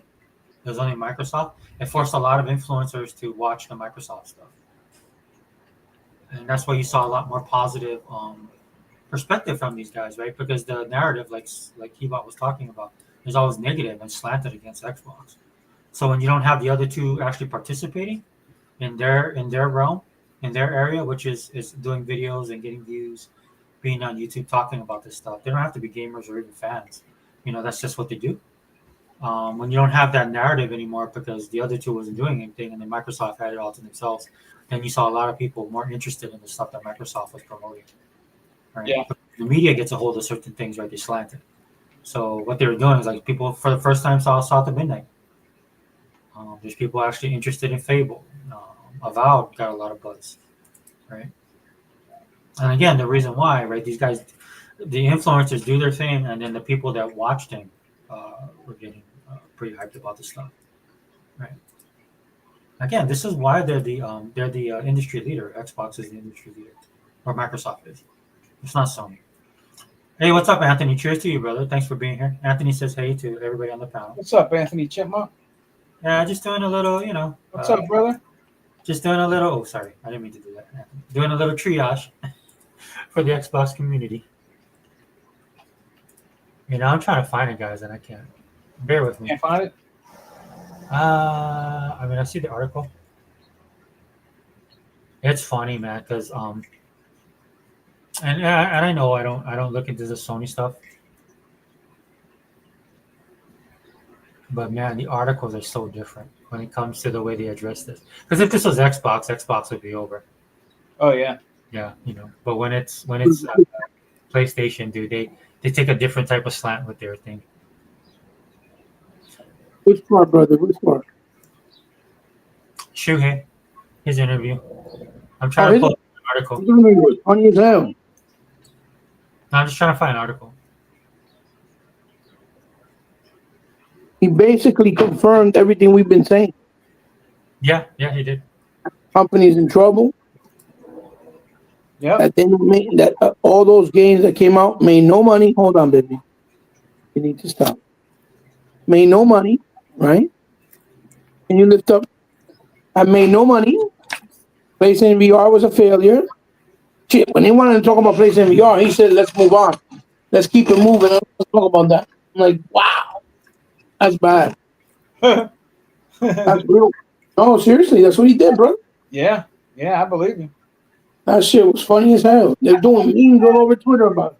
I think it's just funny because we've been saying that all the time, and everybody wants to be in denial. You know what I Oh mean? yeah, no, they're like, you crazy? Spider-Man 2 sold. He said Helldivers 2 on PC sold more than Spider-Man 2. Oh my god! Wow.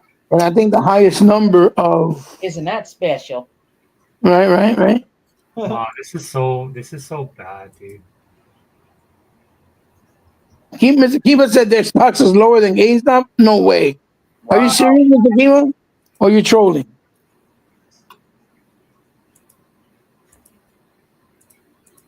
I'm Is assuming- I wonder if Mr. Kiva trolling or no? it's true. No, that's 100%. You got to watch the Game Stomp thing. Heba. It's on Netflix. They have a documentary of it. It's crazy. Oh yeah. You talking about the movie that talked about what happened with their stocks? Yeah, so they're surging again. Oh yeah, I saw the movie. The movie was really well done. It was really well done. Yeah, it was awesome. Microsoft helped save them, didn't they? Yeah, so Microsoft did a deal. Didn't they help save GameStop? Thought they did. Dude, where is this? I'm trying to find this thing. And all I was doing is trying to play with her, but she's an animal like the other one. Right, Hebot? What was that? Didn't Microsoft save GameStop from going under? Beautiful. Now what? Didn't Microsoft say what? Didn't Microsoft help GameStop from going under? Yeah, Microsoft was the one that kid, I have an article too. Let me see if I can send this thing forever. Picture of it so he can read about the article. They basically made a deal where they were going to handle all their online ecosystem structure. Yeah. You know what I mean? Yeah. With GameStop. And what was supposed to happen was that whenever you went, they did it for a while, but I don't know what happened. Whenever you went into GameStop, right? Yeah. One of the employers will walk up to you, right? Mm-hmm. And with like a pad, and then if you needed anything, they would take the order and start getting it ready. So once you came to the register, it was ready. Everything was ready for you, Yeah. and you just paid for it. That's it. That's Man. what they were doing it in the beginning, but then they stopped. I don't know why. But Microsoft paid them, I think, or gave them like $20 million Yeah. or more to do that. In the partnership. Yeah. Try to help them out. But I think what happened was Microsoft realized that they're not doing their part because I told you guys many times when you go in GameStop, all they do is push either PlayStation or Nintendo. Yep. And most of the people that work there, their employees, are either Nintendo heads or Sony shills, one or the other. Yep. So I think they realized that and pulled off or pulled away from him. Not sure, but yeah, that's 100% true. Let me see if I can find. I'm gonna get out. Pay attention. I'm gonna come back because I can't look for it on the phone while I'm on the podcast. I'm gonna check my phone, my pictures, and if I get it, if I find them, I send it to you, Sega Forever, and you can put it up on the screen. All right? I'll be right back. All right. Mr. Kima says, Mr. Kima says Sony stock is lower than GameStop stock price. Oh yeah, I'm not surprised. Man, I believe it. When I go to GameStop now, dude, it's hard for me to get a game that I want to get. Brother Sega Forever, man. I can believe that, man. Yeah. Yeah. So one of the things that came out of the interview, brother, is Shohei talked about, or Yoshida talked about buying remasters. And so he basically confirmed everything, like we were saying, right, for years. Yeah. Because again, the numbers don't add up. And that's what we're looking at. But he was telling them, hey, you guys got to buy the remasters if you guys want new games, because it shows that you have interest in the franchise, right? And then they can make money off the remasters to help fund the next game. Yeah, that probably hurt them too to hear him say that. Yeah, and then he said something like the sad part was Helldivers. Yeah. Sold more than Spider-Man. Oh shit! And the way he said it, he was like, how surprising is that Spider-Man 2 would be outsold by a game like Helldivers. Damn, that's sad, brother. You know why? Microtransactions. Also. Well, I just think in player count as well, and people who actually bought the game. Yep. Because it takes, nobody says this, dude. It takes them years. Like when you look at how Sony games are made, when they're put out, and how long it takes them. Yeah. He was on this from the jump, man. When he talked about, how they bundle the games in there, and then they count those as actually game sales, which they shouldn't. Yeah. Because it's being bundled in with the console now. If they're adding to that, but for the most part, you're getting these you're getting them on special sales, like holiday season sales, Black Friday sales, and stuff like that. So they should not do that. Yeah.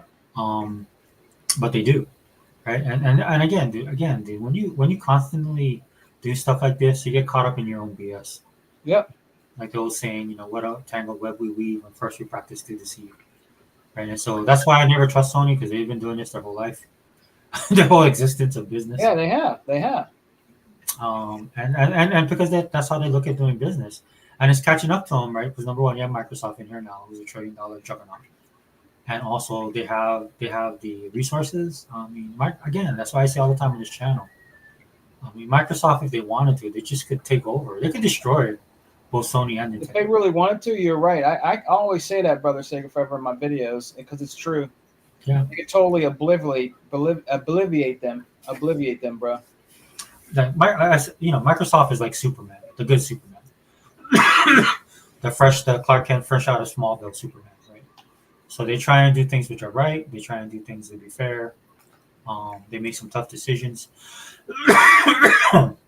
Yeah. And that's all they are. But just imagine, dude, like in those comic books you used to read or the shows sometimes, where Superman gets a hold of like red kryptonite, or Superman just turns evil just because. Yeah. You wouldn't want that type of trouble.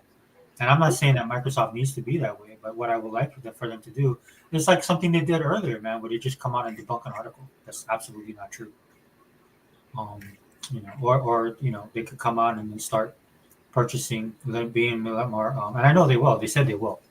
And again, this is why I'm high on 2025 because I think we're going to see that a little bit more. And so I want them to be that company. Yeah. They might as well, dude. They suck out all the air in the room, right? Look, every article we just did the search, right, where we're looking at that. Everything is about Xbox. Yeah. Um, let me see Yeah, what else. that 20 it's amazing how that 2013 effect now they keep trying to take it back to those days. Those days are long gone. Long gone. I mean, their narrative hasn't changed, and that's a bad thing. Yeah. These people are not going to wake up. Right? So Nope. you need to surpass them and make them a non-factor. Yeah. Because they literally try every waking moment is spent to try and destroy Yeah. this console and the company. They really did. Yeah, that's all they do. Right? Mr. Other thing says, Mr. Kima, yes, GameStop stock buy is in more. However, Sony had a 4-to-1 stock split a few months ago. Yeah, I saw something when they were doing the GameStop thing. It's the GameStop thing all over again. I don't know how it's going to work out, man. We'll see. We might get a second movie out of that one. But I love that movie. It's absolutely cool. Zink says, "What's up, Anthony Chipmunk?" Anthony shouts back to you. Zink says, "Cheers." Yeah. But yeah, so I found that fascinating, right? Because he let the cat out of the bag, and that was a great thing about the interview. Again, I'm not a kind of funny games fan, um, and I was trying to find something where I could look at it, look for it, but I can't find it. Yeah, they probably were hoping for him to say PlayStation's fine, we're killing Xbox and we're beating them in this and that. And that's what they probably thought he would say. Something like that.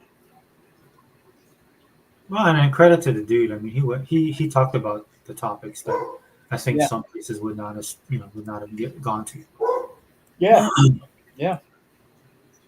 But it sounds like it looks like I think they're friends. It was a very personable interview, so I think they're friends. So Oh yeah.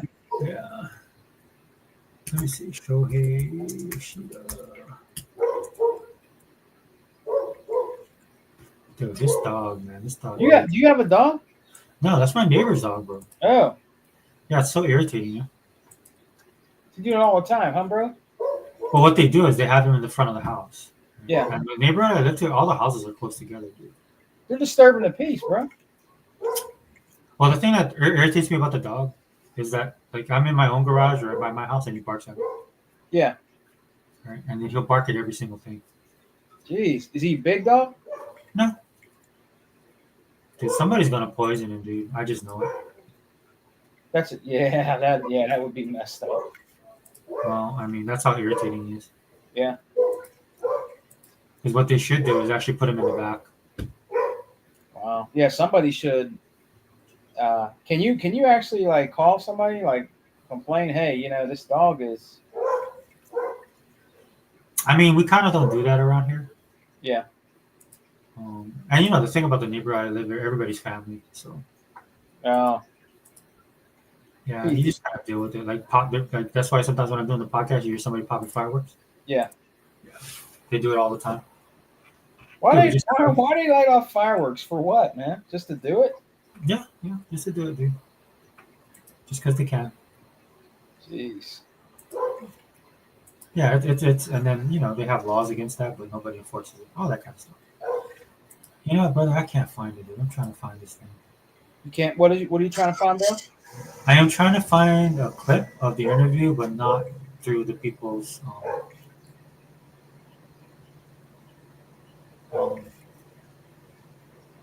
can't find like a standalone one. that I Oh, okay.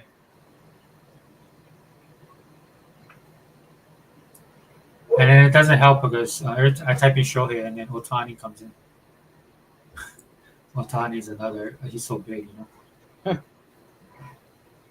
And then a lot of this stuff is like it's kind of favorable to the dude. That's what gets me, right?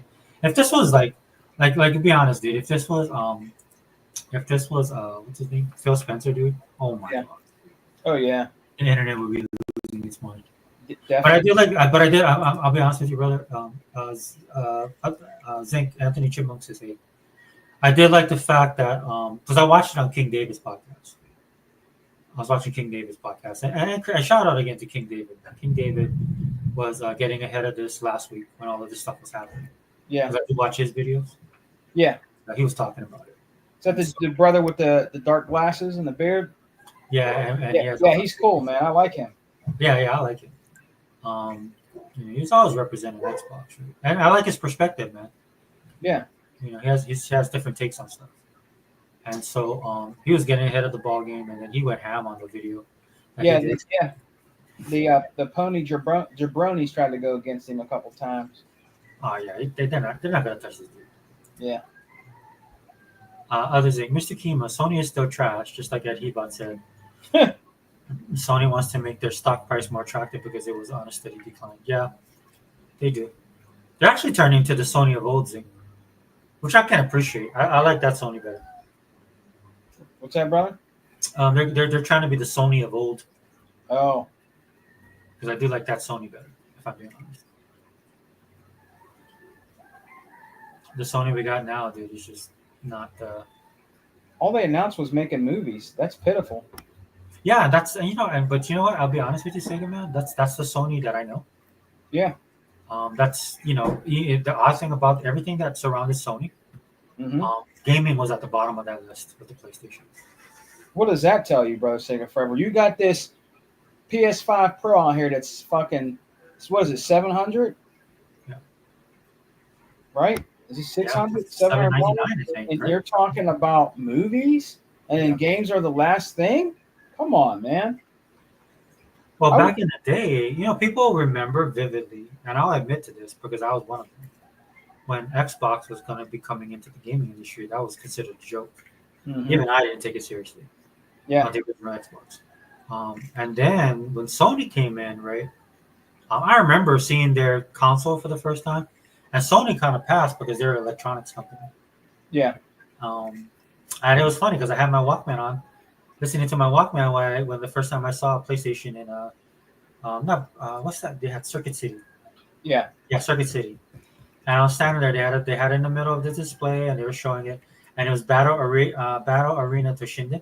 Yeah. And so what a lot of people don't remember is how new 3D was back then. And I just looked at that, and it looked like absolute trash to me. Huh.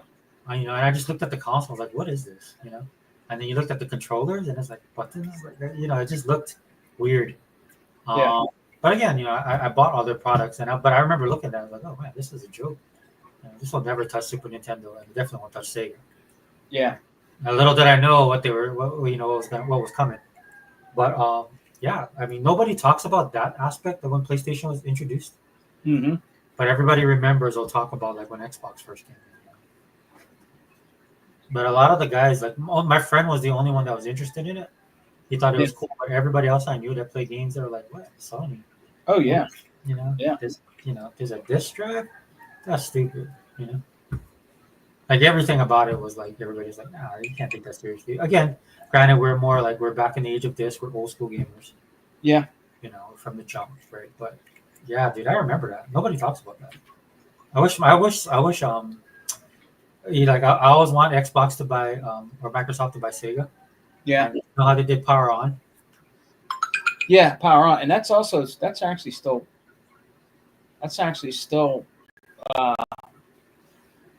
That can actually still happen. Yes. What I would like them to do is do something with Sega, the documentary on Sega. That would be awesome. That'd be really, really sweet if they did that. Yeah, like people now are beginning to, people are sharing stuff that's happening with them that was on that level. All the stuff we knew growing up about what was going on. People are finally getting exposed to that. Yeah. Zink says Sega forever. The Sony I knew was innovative with the Walkman and style. Now Sony has zero innovation. Yeah, yeah. You know, they Zink's became right lazy. about that. You know, they took. I will say this: that some of the stuff that they did, Zink, because they did so much proprietary stuff, and they did stuff like that, like the mini disc and the my friend, because my friend was a hardcore Sony dude, man. He had everything. He had everything, dude. So I saw stuff that was prototype because his friend actually was licensed Sony dealer. So everything that was coming out at the time, the friend had it, and we would see it firsthand. This was back when I was working with the visual information, the guys who do they did a lot of producing and stuff like that. And so that was cutting edge for its time. But that Sony's long gone, and the reason why, guys, is this was Shohei talked about as well in the interview, right? He talked about how Sony was able to take risks because other portions of the Sony industrial complex, right? I'll just say it like that. But Yeah. like they were so big in electronics and movies, they dominated in electronics, especially that if Sony had a bad, that's what he said about the PlayStation 3. PlayStation 3 was so bad and cost them so much money. The reason they didn't go bankrupt because they knew they were in trouble. He said they didn't go bankrupt because Sony just forked up the money. Because you could fall back on electronics back then. Again, this is why that pisses me off when I talk to ponies. Mm-hmm. They don't even know their own history of their company. Like when they talk about the power of Sony, it's all misplaced. Yeah. The power of Sony was back in the day when they actually dominated electronics, or in Japan that dominated electronics, and then when they came in and started dominating the car market, right? Yeah. And so that's the Sony that they don't know, which they should know, and that's why they have a false idea of what Sony actually is. Zink says, Zink, we're not even talking about Days Gone, but look what Zink said. Days Gone was trash.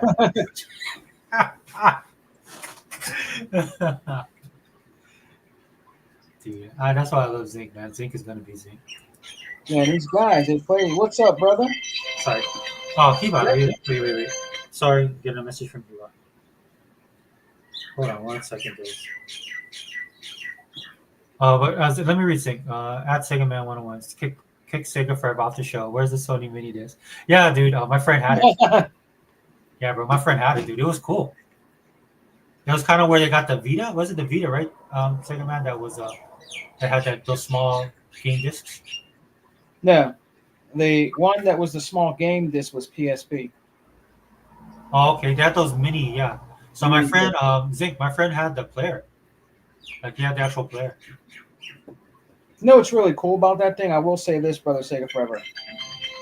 What was really cool about the PSP is it had many. We could take mini movies anywhere and watch movies. Which one? They had movies on the disc. Oh, I okay. got movies. I got their movies. I got like Evil Dead. Oh, yeah, that's right. My friend had that as well. You got Art of War with Wesley Snipes. Yeah. Now, that was cool. I'll give him that. That was cool. If you got bored of playing your PSP games, or you were somewhere where you were bored, you can pop in a movie and put your headphones on and watch a movie through your PSP. Now that was cool back then. Yeah. Now that's all obsolete. You can watch movies through your fucking phone. Yeah, and that's watch how Freebie and Tubi on your phone. You're good. Yeah. That's how cutting edge. From my perspective of what Sony would do back in the day. Yeah. But they're not that same company. That's why I say it all the time, dude. They have a '90s mentality, but they're a 2024, Oh yeah, 2025 company now, and that don't fly. But still, unfortunately, we have to deal with their incredibly rabid fan base, which is irritating. So, like it's just like my our brother, other Zink. He's still at home listening to 8-tracks. Yeah, he has the original mini disc, man. You remember? Man. He's gonna get me for that later, though. What was the size of the little one? The little 8-track. You remember that? That's old school. It was a big ass tape. You put in big, huge tape. You put in this machine and it played music. 8-track. That was back out in the 70s, bro. My uncle had a full 8-track. You probably had one. Well, my uncle had a full stereo system, and so his one had the record player, which played the big. I can't remember the record sizes. One was 45, one was 33, right? Or is that the speeds I'm thinking But you had the big 40, the big vinyl albums, and then you had the little ones, right? We just had 2 tracks on them. So, so it would play both, man. Diamond tip, full speaker system, had dual cassette player, had 8-track player. He had the whole setup. Oh, well. Oh yeah, dude. It was like he had a full sound system. So he would let me use it, dude, and I would listen to and he had headphones, man, with a huge jack that you plug into that massive jack hole. You know, the jack was so massive. Yeah. Stick it in there, dude. Yeah, man. Those days, dude. The days, people now are spoiled, man. They got the wireless stuff. Back in the day, dude, you had to have an extra extension for your cord. It's crazy. Yeah, but there's a lot of stuff that they talked about, Sega Man, in that interview. Dude. It's worth watching. I Yeah. can't find it, dude. I mean, I guess I could. Like, we could do the. Where's Hebot? Is he here? He's looking for the article. Oh. He said he was looking for the article. Did he message? Like, I got a message, dude. Did he actually drop out, or is he? Oh, he dropped out, didn't he? Yeah, because he was on his phone. Oh. Hebot, get your ass back in here, homie. I know you can hear me, brother. Let me send him another link. Yeah, I tell you what, that's CBD gummies, man. Night ones, man. You get if you can't sleep, they'll help you sleep, bro. At night. For which one? Huh? Oh, the CBD. CBD night gummies. Oh man, them things is good, bro. At night, man. I don't know if I could take that, dude. I probably You can't sleep. if Yeah, I it took- shouldn't hurt. It shouldn't hurt. I don't think it's would bother you. I don't think. I know might slow down my breathing too much. Seriously? Yeah. Oh man. Yeah, if you can't, don't take it. If you know what I mean. Yeah, I gotta tell the guys when I do a procedure, man, let them know what's going on with me, so that they know. Yeah. Hold on, let me try and find it. We might run this video, dude. You gonna run video? All right. Look, you see what others think. He said he's laughing. It's that 8-track.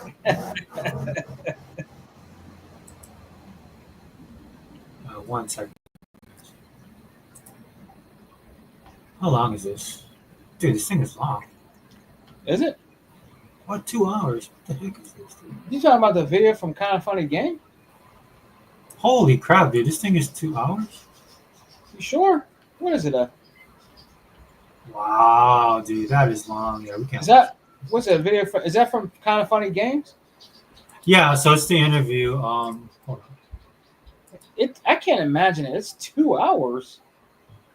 I mean, as long as this podcast is, we could actually talk while this thing plays in the background, but I'm not gonna sit here and do this for 2 hours. So that's the interview I was talking about. Can you see it, brother? Yeah. Yep, I can see it. So again, guys, it's on Kind of Funny Games if you watch it. If you guys follow King David, if you don't follow King David, you should. But King David actually did the breakdown for it. So I thought it was like a small interview from what I saw, but no, it's an actual. Is that show with that jackass Paris Lilly? He comes on here, yeah. I can't stand that dude. Such a fake ass. Ooh, I wanted to say the word, but he's such a fake ass punk. He ain't a brother. Fake dude. Playing like he like Microsoft like that, and he don't even. Just he's a PlayStation dude. Yeah, so this is it right here, guys. If you guys want to watch it, man, I'm not gonna play this whole thing. Sugar Forever, you don't have to. We don't have to watch that, dude. I don't like to give. If they had like a shorter clip of what dude said, then that'd be different. Yeah, I'm trying to find it, but and I'm not gonna listen to that whole thing just to clip it. Either. Hell no, dude. Yeah. I wouldn't, bro. Nah. I mean, like the article was saying earlier, man. I mean, there's some good stuff, right? So just go to King David, man. He did the video. Go watch his stuff, man, because all that stuff comes up.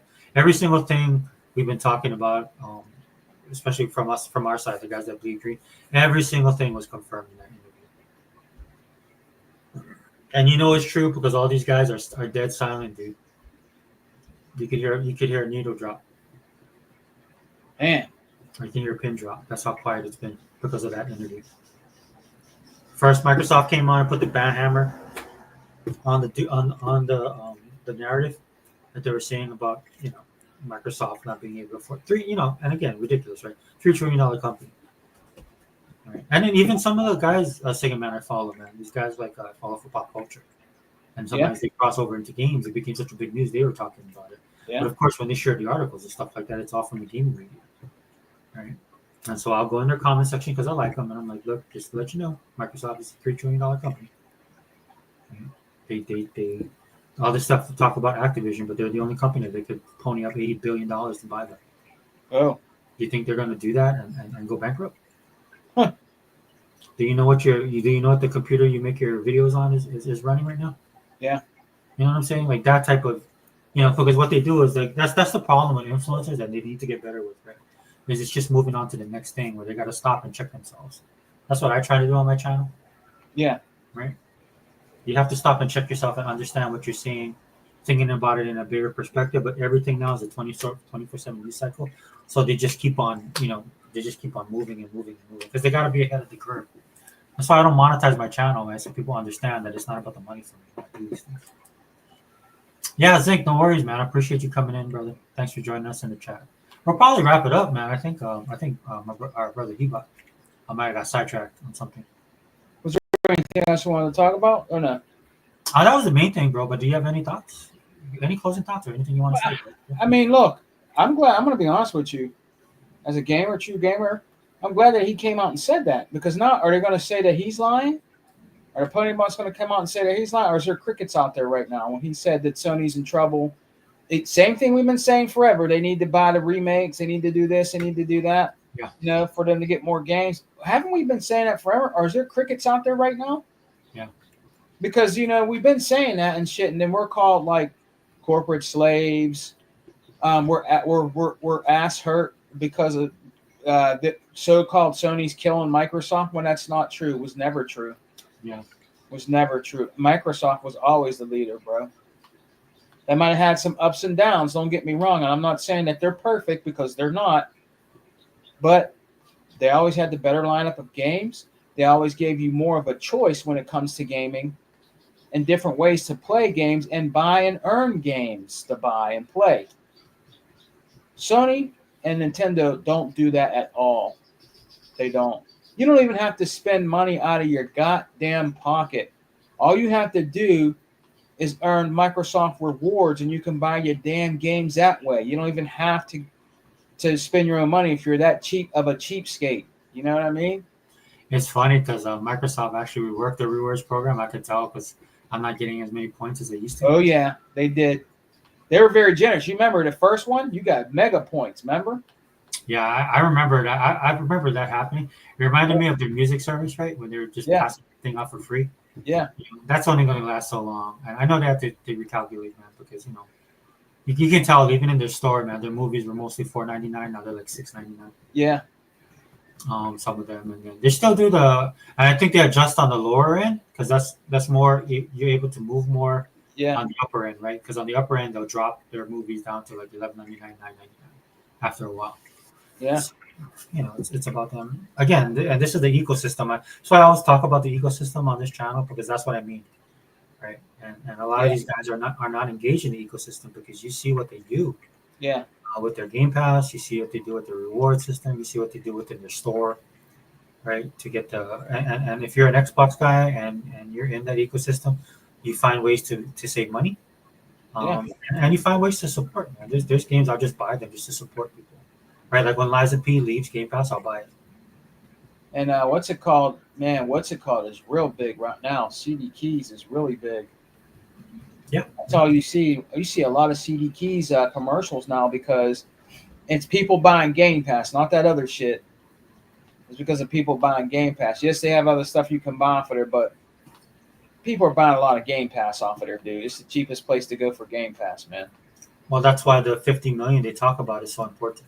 Engaged, and the 500 million monthly users. That's why people say, "Oh, what does that mean? Why are they using that number?" That's the number, dude, that keeps the pockets flowing. Yep. So like you said, people go to CD Keys. It's okay. We'll just adjust our prices Yep. store. So you eventually you're gonna come in. But you might have got your cheap on the CD keys, but we're gonna catch you on the other side. Yep. Right? And it's not a nefarious thing, guys. That's just business. My first job again was a grocery store.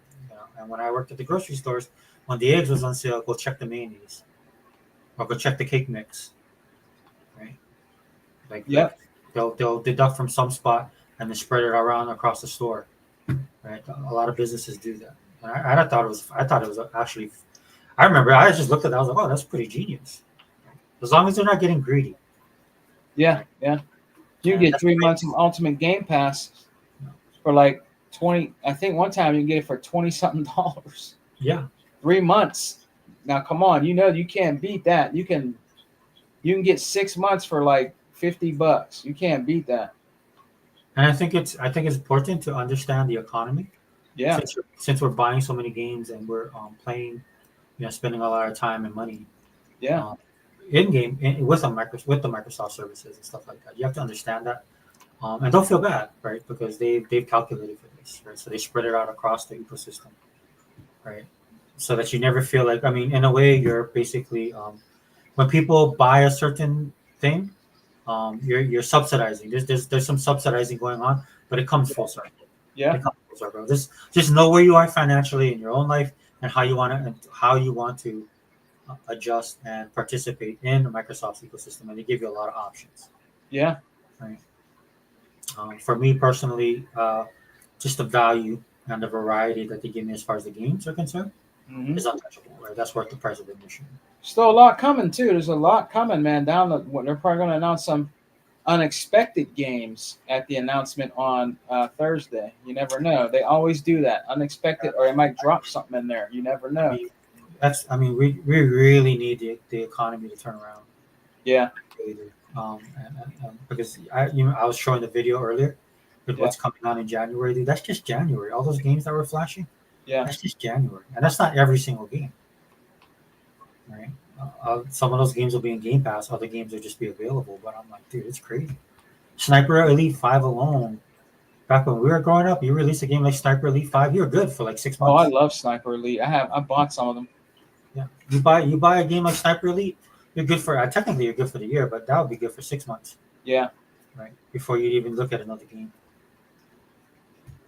right? And so but we live in a different time now where it's just a constant stream of this stuff, Yeah. and and it's a good look, dude. It's a great problem to have. I'm not complaining, right? But it's amazing to me like all the content we have, and you have these jerk offs in this gaming community that do what they do, and that's why they need to be destroyed. Yeah. They need to be taken out because they're just holding us back, and they're just making it. They're making this place a bad. They're just making everything worse. There's already extenuating circumstances that the gaming industry has to deal with in general, and this just exacerbate everything. Oh The yeah. unnecessary stuff just needs to go away. Oh. And by unnecessary stuff, Sega man, I mean Sony. No Xbox, no Sega forever. You don't mean that. I absolutely 100% mean that. If you didn't see that one podcast we did, the last podcast we did, I meant every word of it. Yeah. 100%. They're holding us back, man. I don't want to move forward. I'm tired of these same narratives popping up, right? And Yeah. again, Microsoft addressed it, dude. That's how bad it is because they know, right? At that point in time, dude, you're talking about their services and their console, and they're trying to move forward, man, coming into 2025, and they need people on board. Yeah. They should have been doing this for a while, but they haven't. But yeah, dude, that was a great shout out again to King David, man. I was gonna give him. I'll give you guys props that I'm basically. Oh, you like that, huh? Yeah. Yeah, dude. I mean, he did a good breakdown as well, so it was good to see Yeah. guys like that. D-Rock. Then there's a couple other people that I follow their channels as Yeah. well. And they were on point. Like on point for gamers. Yeah. They're always on point. But that other guy, Chaos Lounge or something, Chaos something. Who? Chaos Lounge, I want to say. Yeah. So he does Xbox stuff, and he was good too. I'll give him his flowers, man. Sometimes he says stuff I don't agree with, but this time, dude, he was on point. So. Yeah. That's cool. Yeah, well, it's just showing that the Xbox guys, you need to, we need to self assess, but we also need to stay ahead of this stuff, man. Don't lose your marbles at whenever something comes out. Yeah, definitely. Um, but you looking forward to anything in the show, brother? What do you think? Uh, We talked about it a little bit I last can time. hear some more about. Uh, I think I'll be busy that day, but I might have to catch the show later. I'm going to try to be on there. I don't know if I can. I got an appointment at 2:00 I see. Eastern time, and I think it starts at 1:00 Eastern time. So I'll have to catch it later. Maybe I'll hear some more about. Zink's game, Gears of War E-Day. Yeah. So that's a day one buy for me. I know it'll be on Game Pass, but I want that physical. Because I collect Gears. I don't care how much it costs, even if it's $80-$100 for the special edition. I'm gonna get it because I really want that. I have a lot of their. That's my favorite game of all time. Shooter game. Not Halo. Halo's cool. I know a lot of people love Halo, and I have a lot of Halo gear. But my Gears of War, man. So yeah, Did you pre-order? Gears E-Day. Yeah. No, can you pre-order it now? Oh yeah, that's right. I don't think it is. I But don't. I would recommend a pre-order if you want that special collection Zink, edition. I know you. Hey Zink, brother, I know you can hear me, bro. You can't pre-order Gears E-Day yet, right? Gears of War E-Day. You can't pre-order that right now, right? Zink. I don't think you can right now, brother Sega Forever. But I think Zink is in here. He'll know. Yeah, I I think think Zink will tell me. He'll tell me when I can. He'll say he'll text me. I know, because he keeps up on it. I'm always busy, but I know Zink will know when, and he'll probably say, "Hey, Sega man, you can pre-order it now." Like he'll probably text me. But I don't think you can right now. Because if it was out right now, I would pre-order it right the fuck now, dude. Seriously, because that's my shit. yeah, I don't think it is. I think you're right. My bad. I jumped the gun on that. That would be nice, though. That would be real nice. If there's only one game I would want to buy, Brother Sega ever, for the rest of the year, it would be Gears of War. My kids come first before me. Anything, they come before anything. But if Right. there's So one that's game I want to focus on, it'd be Gears. You know, you're gonna set aside the time and the money. I get it, bro. I get it. right? Yeah, man. Yeah. I know. I wanted to go with my daughter today, but she's doing something with her friends. But I wanted to Oh, shoot and go to GameStop and see if I could pick up the Yakuza, the pirate one. yeah. Um, Yakuza. yeah.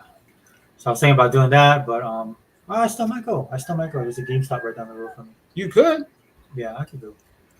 So Well, you want to wrap it up. I think I'm good. I think you touched on a lot of. If you want to wrap it up, we're good. I think he probably maybe something popped up, man. He's been talking. Yeah, they got some stuff going on, so it's cool. We can wrap it up and. you sure? You got stuff to do, right? Yeah, because it's 12:30. Okay. So I want it to be done by 12:30, 1:00. So yeah, we can wrap. All right, it. brother. All right. So shout yourself out, brother. Well, man, thanks, chat, to the whole chat that supports us, for coming and joining me and brother Sega Forever and Hebot, another Wrecking Crew podcast, man. And we're always going to be out here fighting a good fight, man. Of Xbox, and there's just a lot of great things that Xbox is doing, and you got a lot of people out here like Dreamcast Lies and all these guys out here. Just you could tell that a lot of these guys are reforged garbage gaming. They're just really upset and salty and ass hurt because Sony is not what they want Sony to be right now. They're in a bad position right now. And if that guy coming out saying that, and you're going to still be in denial and put a denial window up, a block, like a denial brick wall up, then there's something wrong with you. This is a guy from Sony that's saying Sony is in trouble. We've been saying that, and you guys, oh, you're just corporate slaves, and your ass hurt because we sold 10,000, 50, 100 million consoles and cajillion consoles, and you guys are mad because you only sold 1,000 consoles, stupid shit. But we've been telling you all along that Sony's broke and they need help. We're the ones with all the games. It's the truth. They acquired all these studios. We're getting all these games.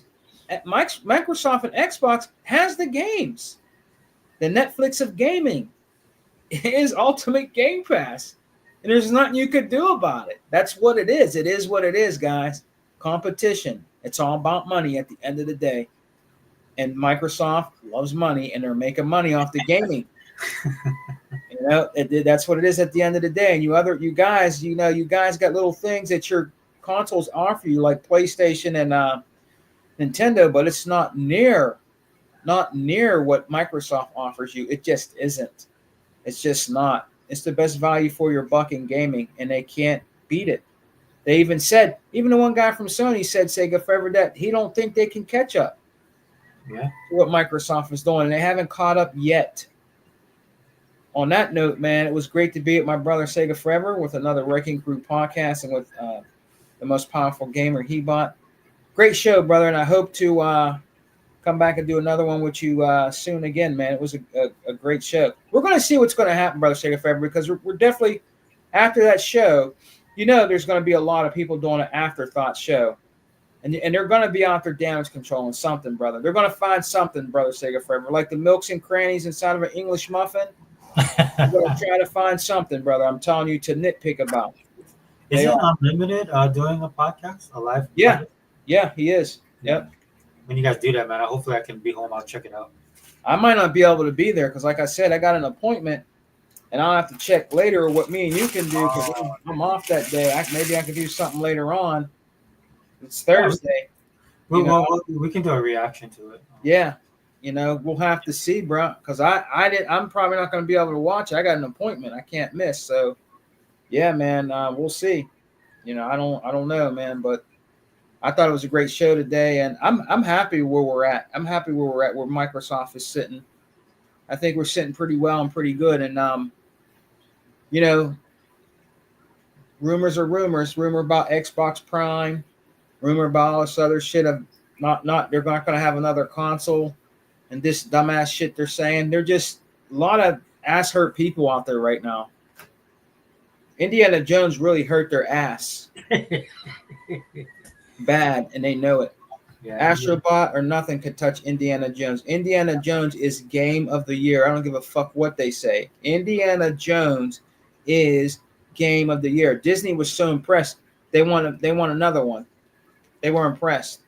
They're talking about, we got a DLC coming out too, and they're going to make an Indiana Jones 2, I think. That's how good that it did. Even Disney was impressed. Was it Disney that was impressed? Yeah. So something's coming. If they got Disney impressed, something's coming. There's going to be another one. Yeah. There's going to be another one. And we got that DLC coming. So if you got Ultimate Game Pass, you get to play that DLC. You don't have to buy anything. That's the thing these guys don't understand, Sega Forever. For $15 for 1 month, you can play Indiana Jones right now with the DLC. You don't have to pay $75, $80. It's a win-win, brother. It's just a win-win over here. I can go to the store right now and go buy another month. I'm already good, but I can go to the store right now. $15 ain't nothing. I can go buy another month, add another month on. I mean, it's a win-win, man. It's funny that even if you do, like, you could get the $30 package. Yeah. Just the other day, man, they had sales, and Age of Empires was on sale for like $4.99. Damn. Yeah, the new one, the definitive edition. Damn. Age of Empires too. So did you get it? I had it already. Oh, okay. But then so I guess. Oh no, wait, I didn't. Yeah, I did buy that one. I'm thinking of the other one I bought. I said Age of Empires 2 definitive edition, right? Yeah. Yeah. So okay. So I did buy that one. Damn. And the reason why I say that is I was thinking about the other Age of Empires because they have 4. Mm-hmm. This is what I hate about getting old, bro. This stuff's all starting to run again. That's pretty good. And then Mythologies is out. But anyway, so my point being, because and that's why sometimes I gotta check. So I like that the store tells you purchased it, right? Yeah. But my point being, guys, is like you get in there and maybe you don't want to pay full price, but you have Game Pass. Eventually, a lot of this stuff goes on sale. Mm-hmm. And in a way, you're still contributing because again, you're paying that monthly service. Especially now, it's like I pay $19.99. Yeah. So I was backlogged into it, but that's over. It ran out. So this is the first month I paid $19.99. Well, there's a couple games right now I have in my cart. I'm looking on my Xbox One X. On my Xbox Series X, I'll have to one of the games I can buy, but it won't play on here. But there's a couple of games right now on the sale, which is The Messenger. That's $3.99. That's a game that's like Ninja Gaiden. Yeah. I have that one. $3.99, and there's another one called it's a girl. It looks like a point and click Siberia 3. Oh, I think I have that one too. Yeah. Siberia with the girl on it. I think Yeah. it's some kind of puzzle thing. It's an action adventure. But it's only $1.99. And then there's another one called the Super Rogue or something like that. Yeah. $1.99. So all three games together is $8. I mean, you can't fucking beat that, or $8.50. You can get 3 games for $8.50, bro. I mean, you can't beat that in the sale, man. You just can't beat it. That's a great price. You ain't breaking your bank. $8, probably like $8. I don't know, $8.35 or something like that. I mean, you can't beat that, man. It's funny, bro, because I see these sales and then I go, oh, let's go check these sales out. Then I see something like what was it? I think either the crab game that came out, What is or it? or the deep one that you beat. What is it? The depth, the one that just came out a couple months ago. You said I beat? Yeah, Still Waters or Still Deep or Oh. Ah, shit. What is that called? I know you. Is that the one where they're on the rig? Yeah, Yeah, Still Waters or something like that. yeah. So like That one. game is awesome, bro. That game was awesome. Did you buy that? Well, so I know one of them was on sale, or I think both. Anyway, but sometimes when I go into these sales, I'm Yeah. like, oh, it's on sale, and we'll check out the price. And I go to click on it, and it says owned. So I bought it already. So I was like, oh, okay. Oh, really? Oh, okay. Yeah, because sometimes when I play a game, or sometimes just based on the game, or maybe the company, I'll just Yeah. buy it when it comes out day one to support them. Yeah. Yeah, and then later on, it's been months, right, since it's been out, then it gets a discount. Yeah. And then I was like, I looked like, so when I'm looking through the store, I'm like, oh, that's the game, and then I just see owned, right? So that means I bought them. It's hard to keep up for me. Yeah. Which is fine, dude. I mean, that's why I do it, right? Like I bought, I'm gonna buy, like I said, Liza P. I'm not really down with the gameplay. Yeah. And it's nothing against the game, guys. It's me. I don't like Souls games, Souls like games. What I was hoping for Liza P was was going to be a little bit more action oriented, but it feels like a Souls game, and it has the same type of feel, and I can play it because I love everything else about the game. Yeah. But again, I like the developer, I like the publisher, and when the game comes out of Game Pass, I'll pay for it, regardless of what the price is. That's what I do. Yeah. But sometimes they'll come out of the Game Pass, and then like I forgot what game I was playing in Game Pass, and I went to go play it because it was a while, and it was out, and I was like, oh, dang, it's out, but I wanted to play it, so then I went to the store and just bought it, and I think it was like $3-4 off, on top of the 10%. Yeah. Like there was some 10% thing going on. Like I guess we have the Game Pass deals for Game Pass. But anyway, I almost paid full price for it. But again, if it's a game I want, I'll just buy it. If a game you want, yeah. And that's why I don't. That's another reason why I don't mess with Nintendo or Sony. I rather play the games that I want to play on Xbox. So. Not in a negative light. If you do that on PlayStation, dude, that's fine, dude. Just keep it. Just stay in your lane, dude. That's all I ask you, Sony guys. Just stay. Yeah. Yeah, bro. You don't need to be coming over here and talking trash or running your mouth on online, which I figured you guys would have learned by now. Because every time you guys talk trash, dude, that stuff ends up blowing up in your face. It happens to Sony all the time. Yep. All And the then time on Xbox. Then it's crickets. You don't hear from them. You can't find them anywhere. Yeah. You know what I mean? Then it's crickets. Then it's That interview was really a bad look. It was really a bad look, dude. I mean, like you're saying, like we were saying earlier, it confirms what we talked about. Yeah. Dude, they're in trouble, man, and nobody wants to cover that. Nope. That's why the shock and all that's gonna come to when they finally fail, it'll be glorious, and I'm gonna love every minute of it. Yeah, they are in trouble. Yep.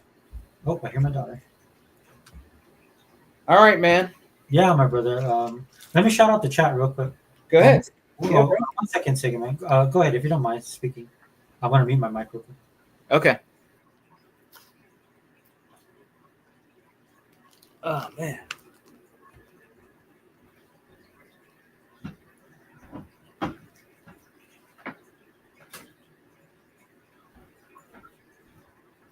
All right, guys, I'll wrap it up. Zing, thank you for being here.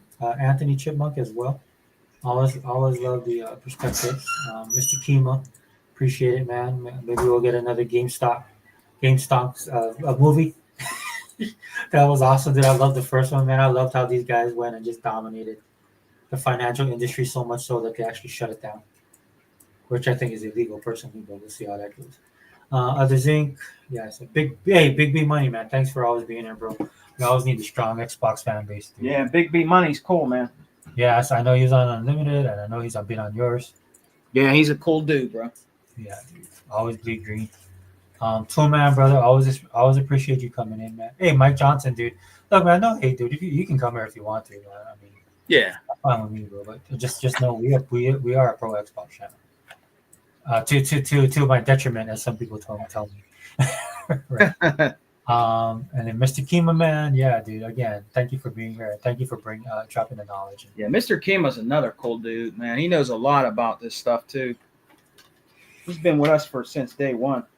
Yeah, if you don't follow Mr. Kima on X or Twitter, whatever, however you call it, but yeah, definitely go follow him, man. He always puts out the good info.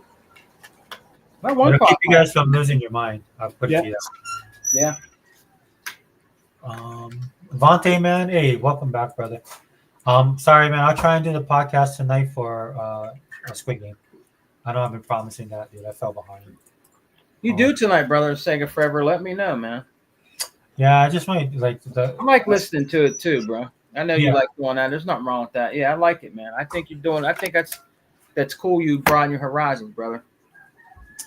Yeah, like I said, it's got to be something I'm interested in, and that's what. If I'm not playing games, all the other stuff I share, that's what I'm doing. Pepe Le Pew, thanks for being here as well, brother. Thank you everybody for stopping in, man. Appreciate all the views, appreciate the commentary, and hopefully you guys enjoyed the show. Hey man, comment to me, man. I'm getting better at checking out my my messages as well. But yeah, we're gonna wrap it up. So thank you, Sega Man, for being here. Really appreciate it. No problem, brother. Shout out to our brother Hebot. Probably something came up. Shout out to you, brother Hebot. Laying down the game. Yep. Respect, man. And then yeah, but the Xbox All In channel, we out. Peace.